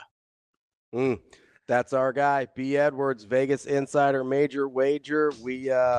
We love. Did we get to your Laporta little prop parlay? Let's do Sam Laporta over 49.5 receiving yards and anytime touchdown plus 148. There we go. Oh, nice. That's our guy, B. Edwards. We appreciate it as always. I'm just saying, think about that little switch on the Rams. Oh, you're gonna really rag on me next week if the Rams win. I'm just saying, I like 6-1 a lot more than even money. That's all. All right, fellas. Y'all have a great weekend. We appreciate it. That's Brian Edwards. We'll be back with Michael Bruntz here on Hurrdat Sports Radio. Kicking off hour number 3 here on Hurrdat Sports Radio, presented by Centris Federal Credit Union. That's DB. I'm Ravi Lulla here at Hurrdat Sports Bar and Grill. We're joined now by Michael Bruntz from Husker 24/7. Bruntz, what's going on?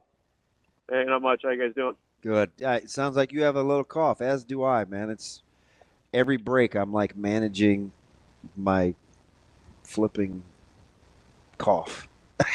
Yeah, it's the back to school crap. It's like the youngest brought it home and then it's been passing it around. It's like a three man like phlegmy weave. What we're doing here.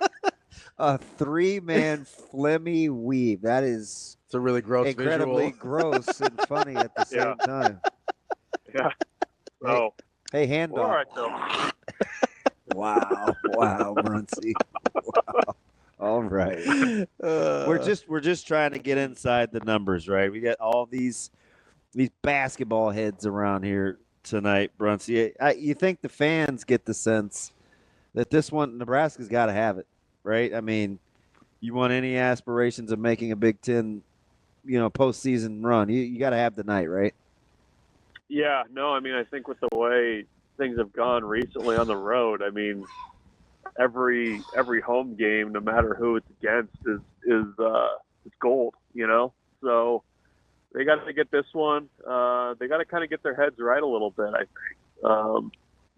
It's at least the last couple of years, it's been kind of, Fred's teams have generally, I think, been pretty even keel, and this version's just kind of been all over the place. So, they need something good to happen, and I think Rutgers they're a challenging team, but I mean, getting them at home, I think is good for Nebraska, and to clear out whatever that they're kind of dealing with. I mean, the stretch of games, like I was thinking, like, man, if they just went like 2-2 in this 4-game stretch, I think you'd feel okay. But yeah, tonight's a big one, and the more kind of going into the conference season, I thought, like, if you get to 10-10, if you go 500, you got a pretty good chance of being in the conversation at the end. And maybe you steal one on the road, but they've made it look difficult the last few times out. And they need to figure out a way to kind of get right a little bit. That's interesting because I think we forget, based on Iowa and Purdue, that Nebraska's still top 50 in field goal defense. And you're facing a team in Rutgers that doesn't shoot it from distance particularly well.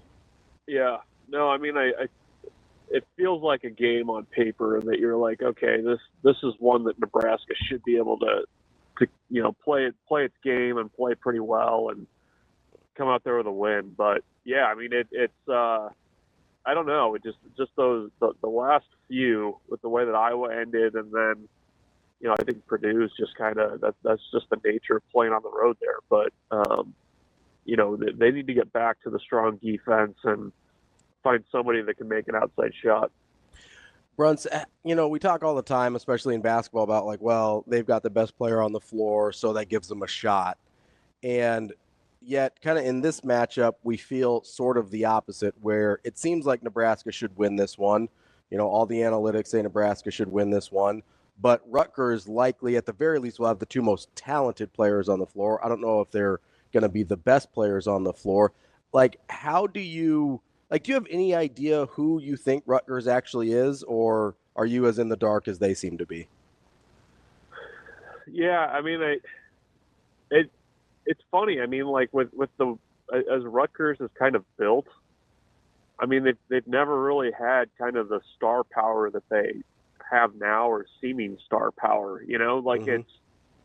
It's felt like every time you got Rutgers on your schedule, and especially if they were coming into PBA, it's like you need to get yourself ready for a low-scoring, defensive-heavy, just fight it out, back alley type game. I don't know if this version of Rutgers has that in them, but yeah, I mean, I think that's the kind of game that Nebraska's going to have to win here. It is just a really good defensive game where they kind of clamp down on guys. And, it's messed with my head a little bit, where it's like, okay, Rutgers has legit, and I know they've had, highly ranked guys before, but it seems like guys that are a little bit outside of the system that Steve Pikiell's kind of built that program on in recent years. I want to stay in the Big Ten for a second. Are you surprised, or are you like, well, kind of been trending that way, that Minnesota is as bad as they are? Am I surprised? I think people loved the hire a couple years ago. I do. They did. And they're they're bad. They've also shown stretches of being for 11 minutes at a time. I completely agree with you. Completely. I don't know. It's always felt like that the last couple of years, I mean, they've not made a change there. You probably could have made a pretty strong case for a change needing to be made there, but they've always kind of flown by the skin of their teeth a little bit. So I don't know. I mean, I guess in my simple brain, like, I revert back to like the stretches of basketball where you're just like, what is going on? There was it Ohio State they were playing, and it was like a very key late minute, like final possession, have to get a stop. It's like 2 weeks. Oh, yeah, it was like 2 weeks ago. Yeah. Yeah.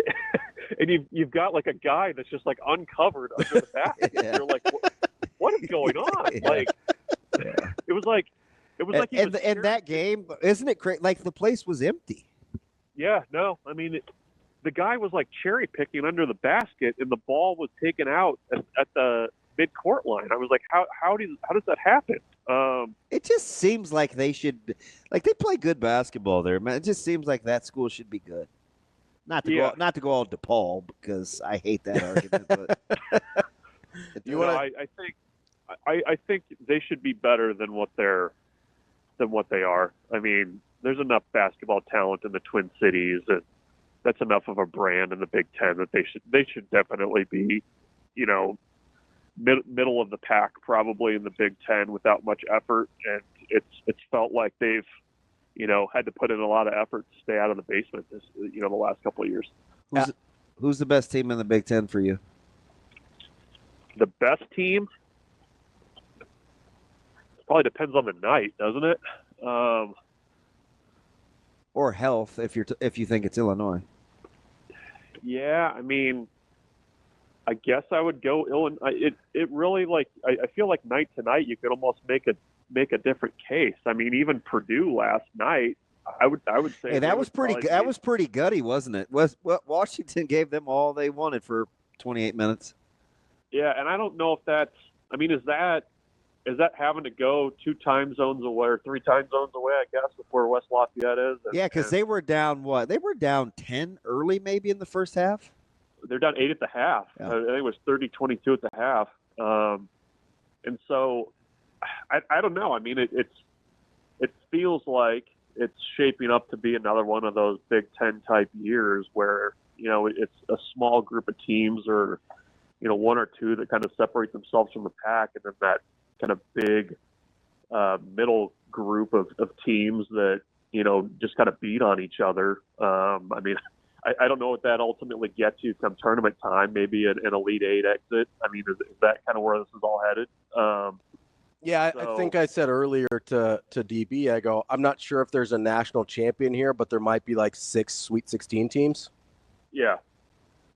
I mean, it's felt like, a kind of a typical year for the Big Ten in some ways. And then you've added a team like, Oregon, I think is fine. And, I guess Nebraska broke UCLA, but, USC can beat you night in and night out if they play well. I think that was Ravi's friend Mick Cronin that broke UCLA. Yeah, well. He's still beating his chest on the table that he did the right thing, though. Yeah. Well, they were kind of on the ledge, I think, and Nebraska kind of gave them a little kick in the back of the leg to push them off. So, you guys in on Wisconsin? I mean, it's a joke. What's that? Are you in on Wisconsin? Not yet. Give me another couple weeks and I might be. Can I be in on Tanji and not in on Wisconsin? Yes, you can. I'll take that out here for the local guys. Yeah, not here for Wisconsin. and I think Northwestern will beat them tonight. It might be my pick for the day, but Maryland is a team that's interesting too. Yeah, well, Nebraska's got to deal with them coming up. It's not. That's why. Yeah, I mean, go back to your original question. That's why you got to get tonight. I mean, you got to at least get one out of this stretch. We're talking with Michael Bruntz, Husker 24/7. Bruntz, we've kind of had a lot of conversations about what this Nebraska basketball team is, what I guess ails them, and what could be fixed in season. DB made the case earlier this year that a lot of their problems are offensively are solved if Esijan just shoots it a little bit, maybe not even better, but more consistently. Is that do you think there's a fix that simple to it, or do you have a little bit more concerns? They still guard him like a shooter. Imagine if he just makes a couple. Yeah, well, and I mean, he's still playing in other areas okay, in spite of the fact that he's not really making anything. What was that? But I forget which game was it. He was like plus 24 and he scored 3 points. Like, that kind of a thing that he's been doing. So it's Ravi's favorite. That would help a ton. Just getting him to knock down some shots and shoot him with a little bit of confidence. Because otherwise, I don't know what it is. I mean, is it Bryce taking on even more of the scoring load right now? I mean, I don't know that there's just one simple fix besides just like, look, you're going to have to make a few shots at some point. Something about like Bryce's his temperament or his feel. He doesn't seem like a volume guy, but boy, don't you just want him to be? Yeah, I mean, he's not. I don't know if it's kind of an easy, juxtaposition. I mean, he plays very relaxed, and he doesn't have that that pet away in him. You know what I mean? Yeah. Like he's cool going like 6 of 14, right? And you want him to be like 9 of 20. Yeah, well, he's got to get to the line. Yeah, that's to make that work. Sure. And so, yeah, that's the thing is, I think a lot of times, getting to the line is about aggression. It's about, being intentional about how you're trying to assert yourself offensively. And I think you might just need a little bit more of that down the stretch or as they kind of get into February to kind of get things turned around and maybe buy some time for those other guys to figure out what they're doing offensively. Bruntz, what if I just gave you that Juwan Gary shoots it from the field the way he did last year instead of the way he's shooting now? It's like an 8 to 10% difference. Yeah, that was the other thing I was kind of wondering too. When you're saying if there's a quick fix, just kind of reverting to what he did last year would be okay. I don't know about you guys. Does it feel like he's making fewer of those just kind of, the easy ones? Easier, I should say. The easier, just kind of out of nowhere hustle plays, things like that kind of seem to result in baskets the last couple of years. Kind of like his second or third bucket against Purdue, where he's kind of scrapping along the baseline and got the nice little putback after the airballed three. Or all of them that he missed against Iowa in those pretty much exact same scenarios. Yeah. I'm with you, Bruntz. That makes some sense. Can I give you stats for that, Bruntz? Yes, I would love a stat. 2-point field goal percentage, almost exactly the same volume. His 2-point field goal percentage is almost 13% lower than last year. He shot at 60% from 2 last year. He's at 47 this year. With about the same amount of almost the exact same volume across the board. 2s, 3s, overall field goals, almost everything. The volume is almost identical. The points per game is identical. The difference is he's not making nearly as many 2s. He is shooting the free throws better. That's how the points are the same. Well, Got it. That's an incredible little find.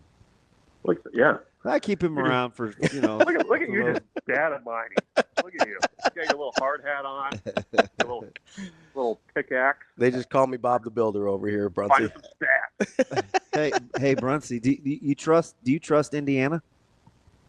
No. He said it with a laugh. You almost made me spit take. I wouldn't if it didn't hurt, I would laugh anything too. right now. Not a big Mike Woodson guy? No, I read a fair amount of Indiana coverage. Doyle hammered him.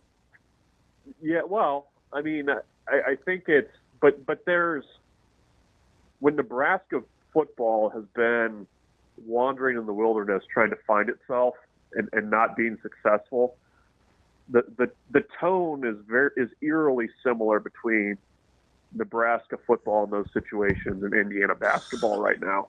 Like it's, I think the best. If you say what's the basketball comp of Nebraska football? To me, it's Indiana basketball, and it's not good. It's not good there, and it's not good, especially because I know they spent a lot of money this offseason to kind of build that team. and it's not they're not getting the return on the dollar there that they probably need to be getting.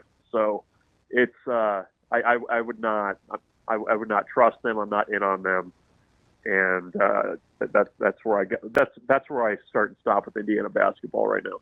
Bruntz, so I'm glad you brought that up. Somebody else, it might have been, I don't know, maybe you and BC talk about this or something a lot, or Shafe, I don't remember. I think it was one of your colleagues brought up this sort of same comparison between Indiana basketball and Nebraska football.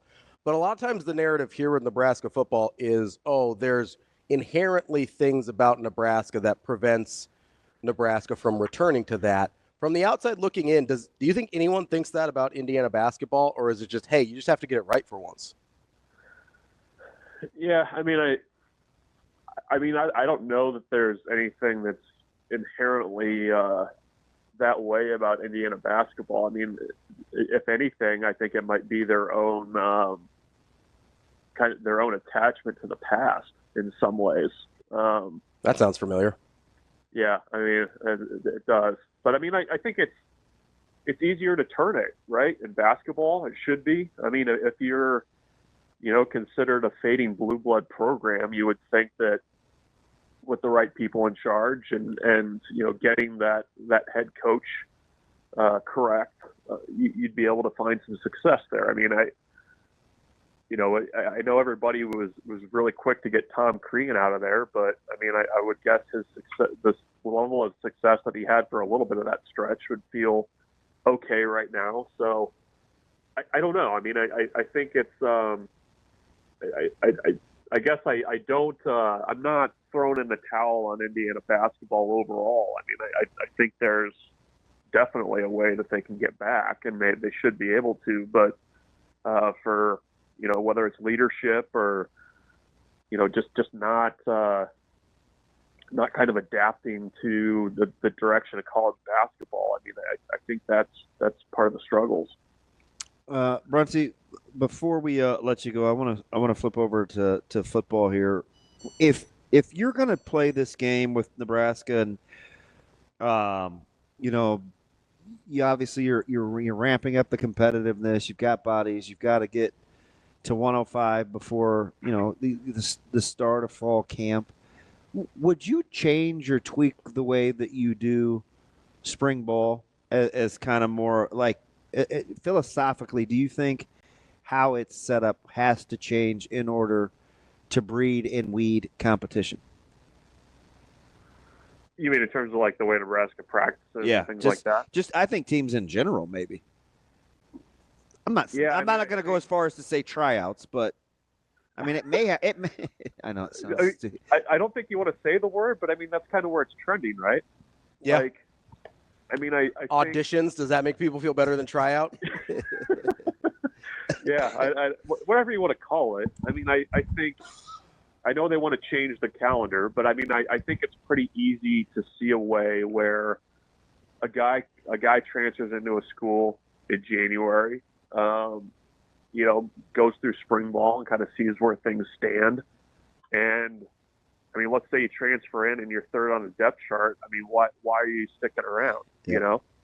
I mean, I think that's definitely possible. I also, you've seen that a little bit in baseball. I mean, you get guys that kind of come in with no guarantees in August and enroll. They go through fall ball, kind of get a sense of where they're at, and then, by January, if you're going to have a spot on the team or not. I mean, that's pretty common on a smaller scale. So I don't know. I mean, I think it is almost kind of like a rookie mini camp. I mean, that's kind of what it potentially feels like in that situation. But with unencumbered movement through the portal, I think that would be a direction you could see happening pretty easily. Bruntz, do you think that's, do you think that's a positive, or is it just the reality of the world we live in now? I mean, I would say it's probably not a positive, but I mean, that's the result of the way things are going. I mean, I think that's that's kind of the last few years with all the changes they've had. I mean, it feels like there's been a lot of things that have happened that are kind of unintended consequences. And, I guess maybe, it benefits a coaching staff where if there's a guy that you bring in who's kind of let's just say a really high level athlete that maybe hasn't put it together yet. You kind of do the speed dating thing in spring ball, see if it works. And if not, then you move on. I don't know. I mean, it's probably not what I would say is ideal for college football, but that's potentially the world you live in now. So you kind of adapt to it and take advantage of it, I guess. I mean, maybe for a kid though, it's if you're trying to find the right spot, you can maybe try out some places and see what sticks and what doesn't, but it doesn't help for continuity and, building culture and all the stuff that's important to football too. Bruntz, before we get you out of here, clearly Denver exceeded expectations. When will you relax, or have you already relaxed on Bo Nix? Oh, I've been fairly relaxed there. I mean, I think he's a guy you can build around. I mean, I don't think there's a ton of question there. So I'm chill. I'm chill on Bo Nix. Did you feel like you left some points out there against the Bills? Yes. Yeah, I did. The little tease of the opening drive going the way it did was particularly hurtful. But yeah, they left some points there for sure. I mean, it felt like it was like a good stepping stone into whatever next year is, which is probably a wild card spot and win when you get there. If I'm being a little bit prudent there. Yeah. What's going to happen in Pittsburgh, by the way? What's going on there? I don't know, Bruntz. I've been blaming whatever's going on with my head on the fact that I'm sick of seeing the Steelers pop up on every talking head show. What happened? You know what's funny is they haven't been good for so long, but they garner so much national interest. It's like, I don't know. It's wearing me out, Bruntz. I can't even watch the news. Yeah. Well, you guys had Ross. You had your chance. That's Michael Bruntz, Husker 24/7 with. Hey, thanks for the help with the payroll, though, buddy. Quite the walk-off. As long as our check keeps cash, and we're happy to keep writing them. Wow. That's Michael Bruntz, Husker 24/7. We appreciate it as always, Bruntz. We'll talk to you later. Thanks, buddy. Yep, see you guys. More Hurrdat Sports Radio coming up next. Welcome back, Hurrdat Sports Radio, AM 590, ESPN Omaha, ESPN Tri-City, KFOR in Lincoln. We're live here on the Pillar Exterior stage. It's time for Bet On It, brought to you by Warhorse Sportsbook, the best place in Nebraska to place your sports bets, whether you're into parlay, straight bets, props, whatever it is, they've got you covered. Go check out warhorseCasino.com for more info. DB. Coming off a split. Yeah. Yeah. You got that Iowa State game pegged. Well, but I gave out Iowa State was easy, as was Tennessee. Yeah. Just I'd seen Georgia. But Vandy sold. Yeah. It's all right. It's all right. Win more than you lose. 2 out of 3. That'll do. 2 out of 3 ain't bad. That'll make you money. Shane, who was that again? That was one RIP Meatloaf. Thank you. I always forget. What year did Meatloaf die? Oh, don't do it. Don't do it. Why not? QB Ace, he's my man. He's back. He almost nailed the Broncos-Bills score. I thought he was all wet. It shouldn't have been that score, but I mean, it is what it is. Yeah. Like, I can't go back and say, whoa. But Denver did leave a lot of points. You know what I was surprised, though? That Buffalo stayed on the gas. Yeah. A little bit. They stepped on it. They kind of stayed on the grass. They're like, gas. We're like, yeah, we need to get these wide receivers going. TK said you both visibly disliked Bruntz as you can build around Bo Nix. I don't know if I disliked it. I was surprised that he said full disclosure, it. I was surprised. I don't feel good. That probably wasn't what made me sick. I probably was trying to keep my chest together. I thought we did kind of look at each other though. I was surprised. I know why TK said that, because when he said it, I was like, I was a little taken aback. I was like, oh, he's come around. I don't know. Maybe I'm splitting hairs. So here. that's what because I was surprised. TK's right. I did. I was surprised, and I don't know if it's the way I it won't be saying TK's right again.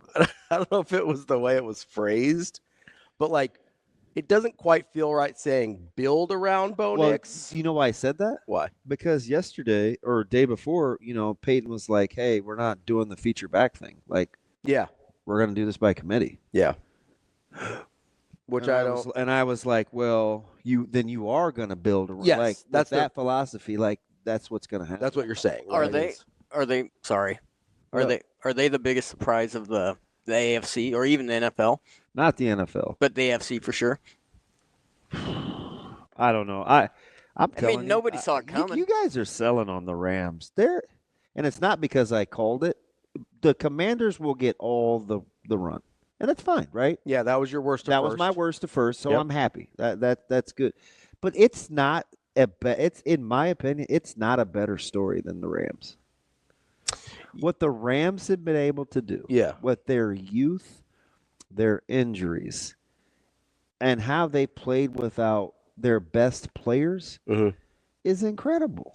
So I think the Rams is definitely the best story over the course of a couple years because this build that they yes, had, especially after they were left for dead after mortgaging the farm to win to that's 100% why, right? Because everybody looked at what they did in order to win the Super Bowl, and they're like, worth it. You won the Super Bowl. It's going to be rough for a few years. We were talking about McVay leaving because we're like, does he really want to go through this with that team? Yeah. They're going to be terrible. And then all of a sudden, it's like, oh, no, the Rams are still good. Yeah. That's incredible. It's genuinely. They're a heck of a story. Because they did mortgage their future, and then they went and decided, like, we're just going to find good players later in the draft anyway. It doesn't even matter. Yeah. Oh, Aaron Donald, maybe one of the best defensive players to ever live, retires. Not a big deal. We're fine. We're going to draft a couple of guys from Florida State, and it'll be fine. Like, it's unbelievable what they've done over the context of, 3 years. Dang, QB Ace might be my new degenerate. What'd he say?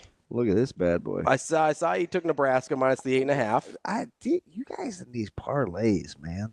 NFL, he's got an NFL 4-teamer. Chiefs, that's losing. Commanders, I'll ride with you. Rams, I like it. Ooh, Bills. Which do I like least? The Chiefs laying 8.5 or the Bills on the money line? I think you like the Chiefs laying 8.5 the least. I do, actually. Yeah. Because, Josh Allen's capable of anything. Yeah. I just don't know. And it's at Buffalo. I just don't know how they're going to slow them down. I don't think they know either. I just start with handing the ball off. Yeah, give James Cook a little love. Yeah. I just hope it's a good game. Yeah, I think so. I would love that. I don't think the Chiefs cover. Yeah, TK doesn't either. Says Chiefs win, Texans cover. QB Ace thinks Houston's getting stomped. Yeah. So, he did say aggressive. that about Denver. Yeah. Yeah, I don't know. I think Chiefs minus 8.5 is the one I like the least there. You could be talked into the Bills money line? Yeah. It wouldn't take that much even. So if I was making that line and I wanted people to and I really wanted to induce action, I would have made the Ravens -3. To try and get people on the Bill side? Yeah. Because it's a really easy argument. It's not a hard argument for me to tell you that the Ravens could kick a field goal. Yeah. -1 is basically, -1's a pick 'em, right? Like that. And it doesn't seem like it should be a pick 'em.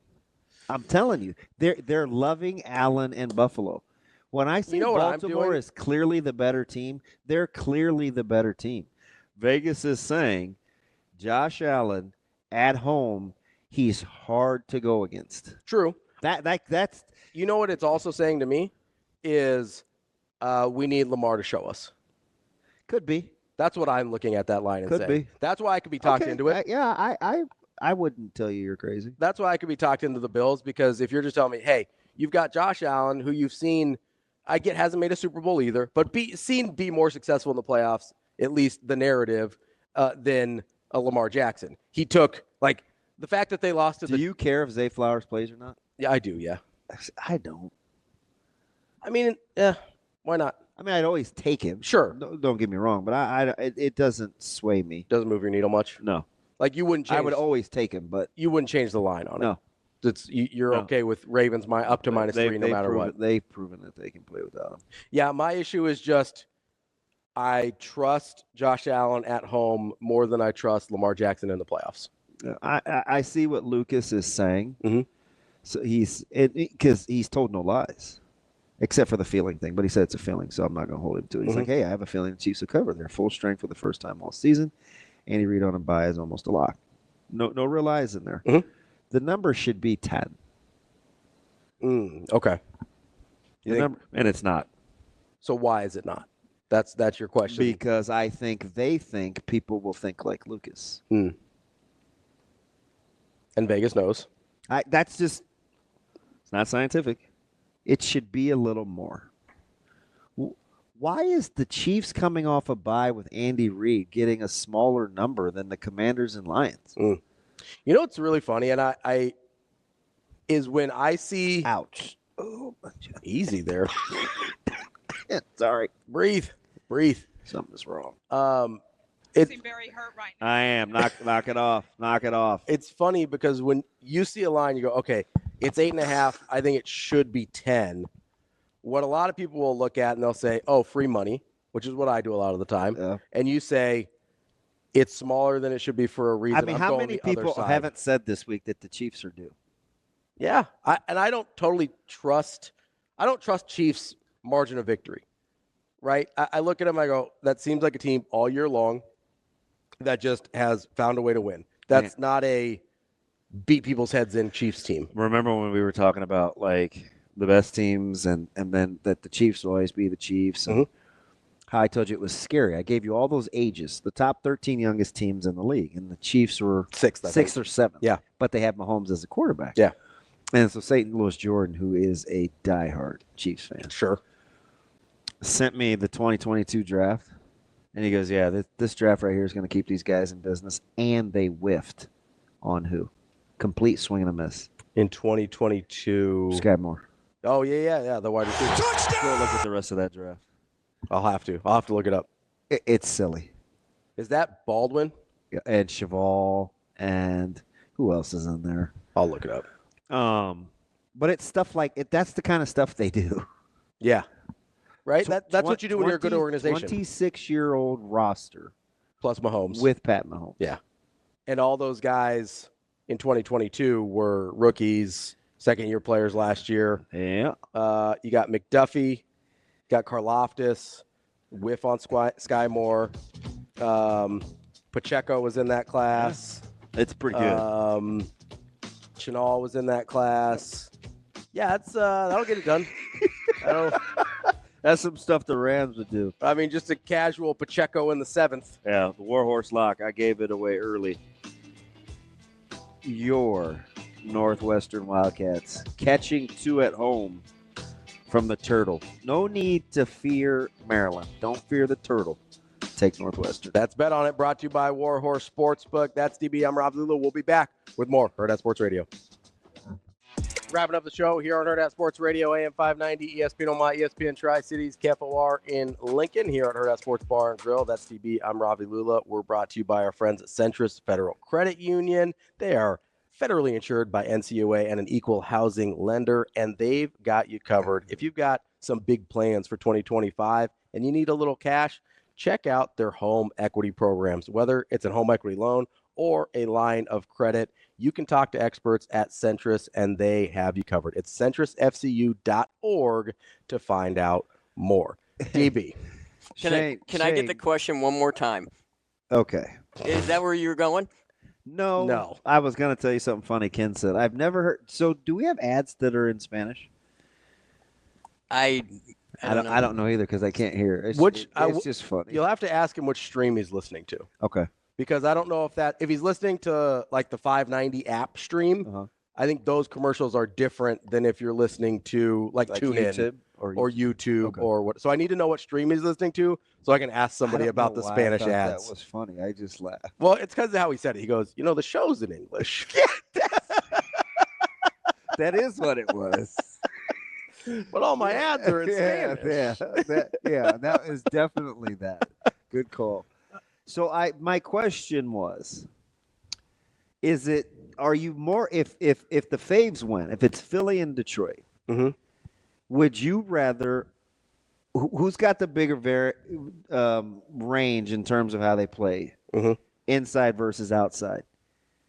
Hurts with ideal, pristine conditions, and Barkley running inside versus them hosting Detroit at home, or Goff being at home with the noise versus Detroit going outside to play. And I'm trying to make the case to Ravi that outside in just average conditions or not great conditions, I think Detroit's offense would still be better than Philadelphia's. Inside in Detroit, even though I know Detroit is really good, I'd rather have Hurts in better conditions. And listen, I don't feel as strongly about this as you seem to. Like, you've brought this question up several times, so I think it's something you've thought about a lot. Because the reason I did is because everybody figures it's such an advantage for Detroit to be at home because of the noise. But it is ideal conditions. It is. And maybe I'm thinking about this too basically. Ideal conditions, and they're down players on defense too. You got to remember that. I think people just think Detroit's good, and they're right. I'm thinking about this. I don't want Hurts throwing the ball and wind and drizzle and rain. Well, I guess my thought is, I trust Goff to do that more. Yes, but I trust then Philadelphia to run the ball, and that's better. They have a go-to in the bad conditions, and not that Detroit doesn't. Can you imagine Detroit just leaning on Philly with those graders and some? Yeah, I mean the offensive line is for Detroit certainly Detroit's just good, right? Yeah. I think to your variance point, I think there's more variance in what we might see from Philadelphia, and so. If you can give me conditions in which Detroit might be a little less good, slow down. Because what's the question is okay, how is Philly going to slow down Detroit, right? So maybe they can't, maybe the weather can just enough to make that worthwhile. The Rams caught a break too because the weather forecast is better, at least right now. What's today? Thursday. Yeah, the weather forecast. It's not terrible. Yeah, 37 and maybe some precip. Which January in Philly, you'll take that all day, right? I mean, no doubt. It did. The wind was 7 to 10. I'm like, that's way better. Yeah, than super it was reasonable. 4 days ago. Super reasonable. I do really like Los Angeles here. You've talked yourself into it. Yeah, I think it's just, I don't know. I just think they're good. They're pretty good. I don't know if I would take them. Like if I'm doing a Moneyline parlay like we were talking about with B, I probably do take the Rams there just because the payout's so much different, so I like the value better. They're clearly well coached. They've got good talent. It's young, but they can – and here's the sneaky little thing. They can get in some nickel too. Well, here's the other thing that I like is I know we look at Jalen Hurts, we're like, okay, made a Super Bowl, good quarterback, whatever. I don't know that any of us are super sold on Sirianni, even though they've won a lot, right? But I look at the Rams and I go, okay, championship quarterback, championship head coach. At some point, does that matter? Like at some point, if I'm looking at these teams fairly equally, do I lean on, I trust Stafford and McVay more than I trust Hurts and Sirianni? Like, at what point does it come down to that? That's a heck of a question. Because, just like right now, if I just would have not thought about it, I would have said yes. Yeah. Like, I trust Stafford and McVay. So do I. Like, I don't think about that as a variable with the Rams. I do think about Hurts and Sirianni as a variable with the Eagles. I think about McVay, Stafford. That's a given. I know that. Is he going to hang on to the football? That would help. That's what I worry about. That would be useful. Just like a little tricky turnover.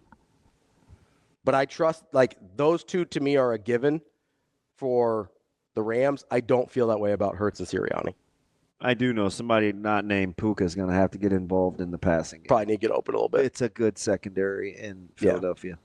And good pass rush too. Like they've got, that's a really good team. That's why this feels weird. That's my pause. Yeah, that's why this feels weird because Philadelphia's good. Like Philly's really good, and they can run it down your throat. And like there's a lot of things you don't probably have good answers for. Yeah. If you're Philly.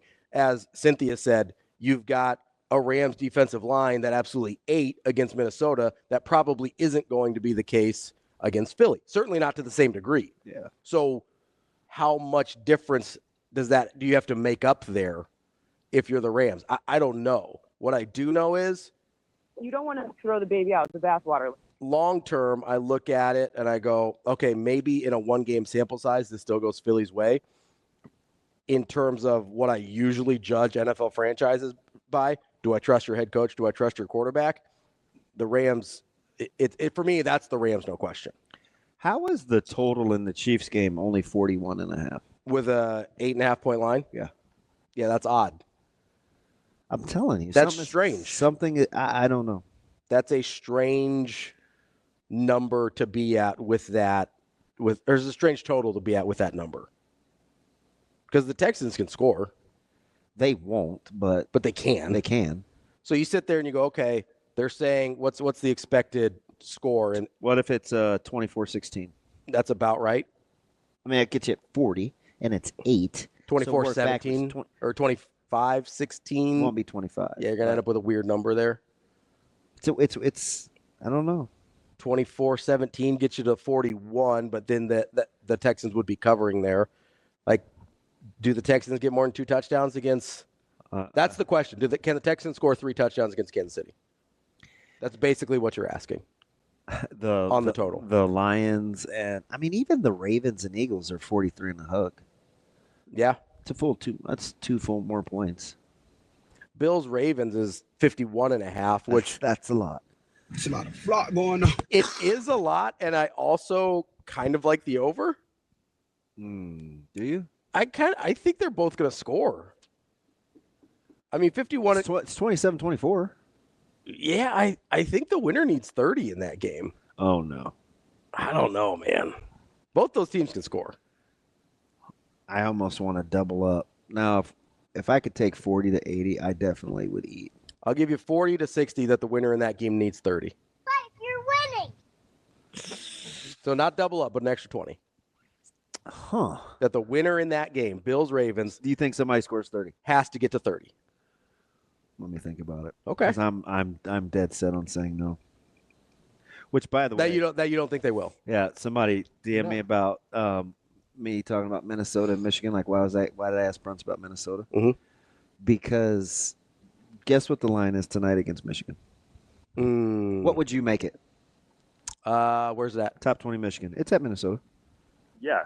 Michigan by. I don't know.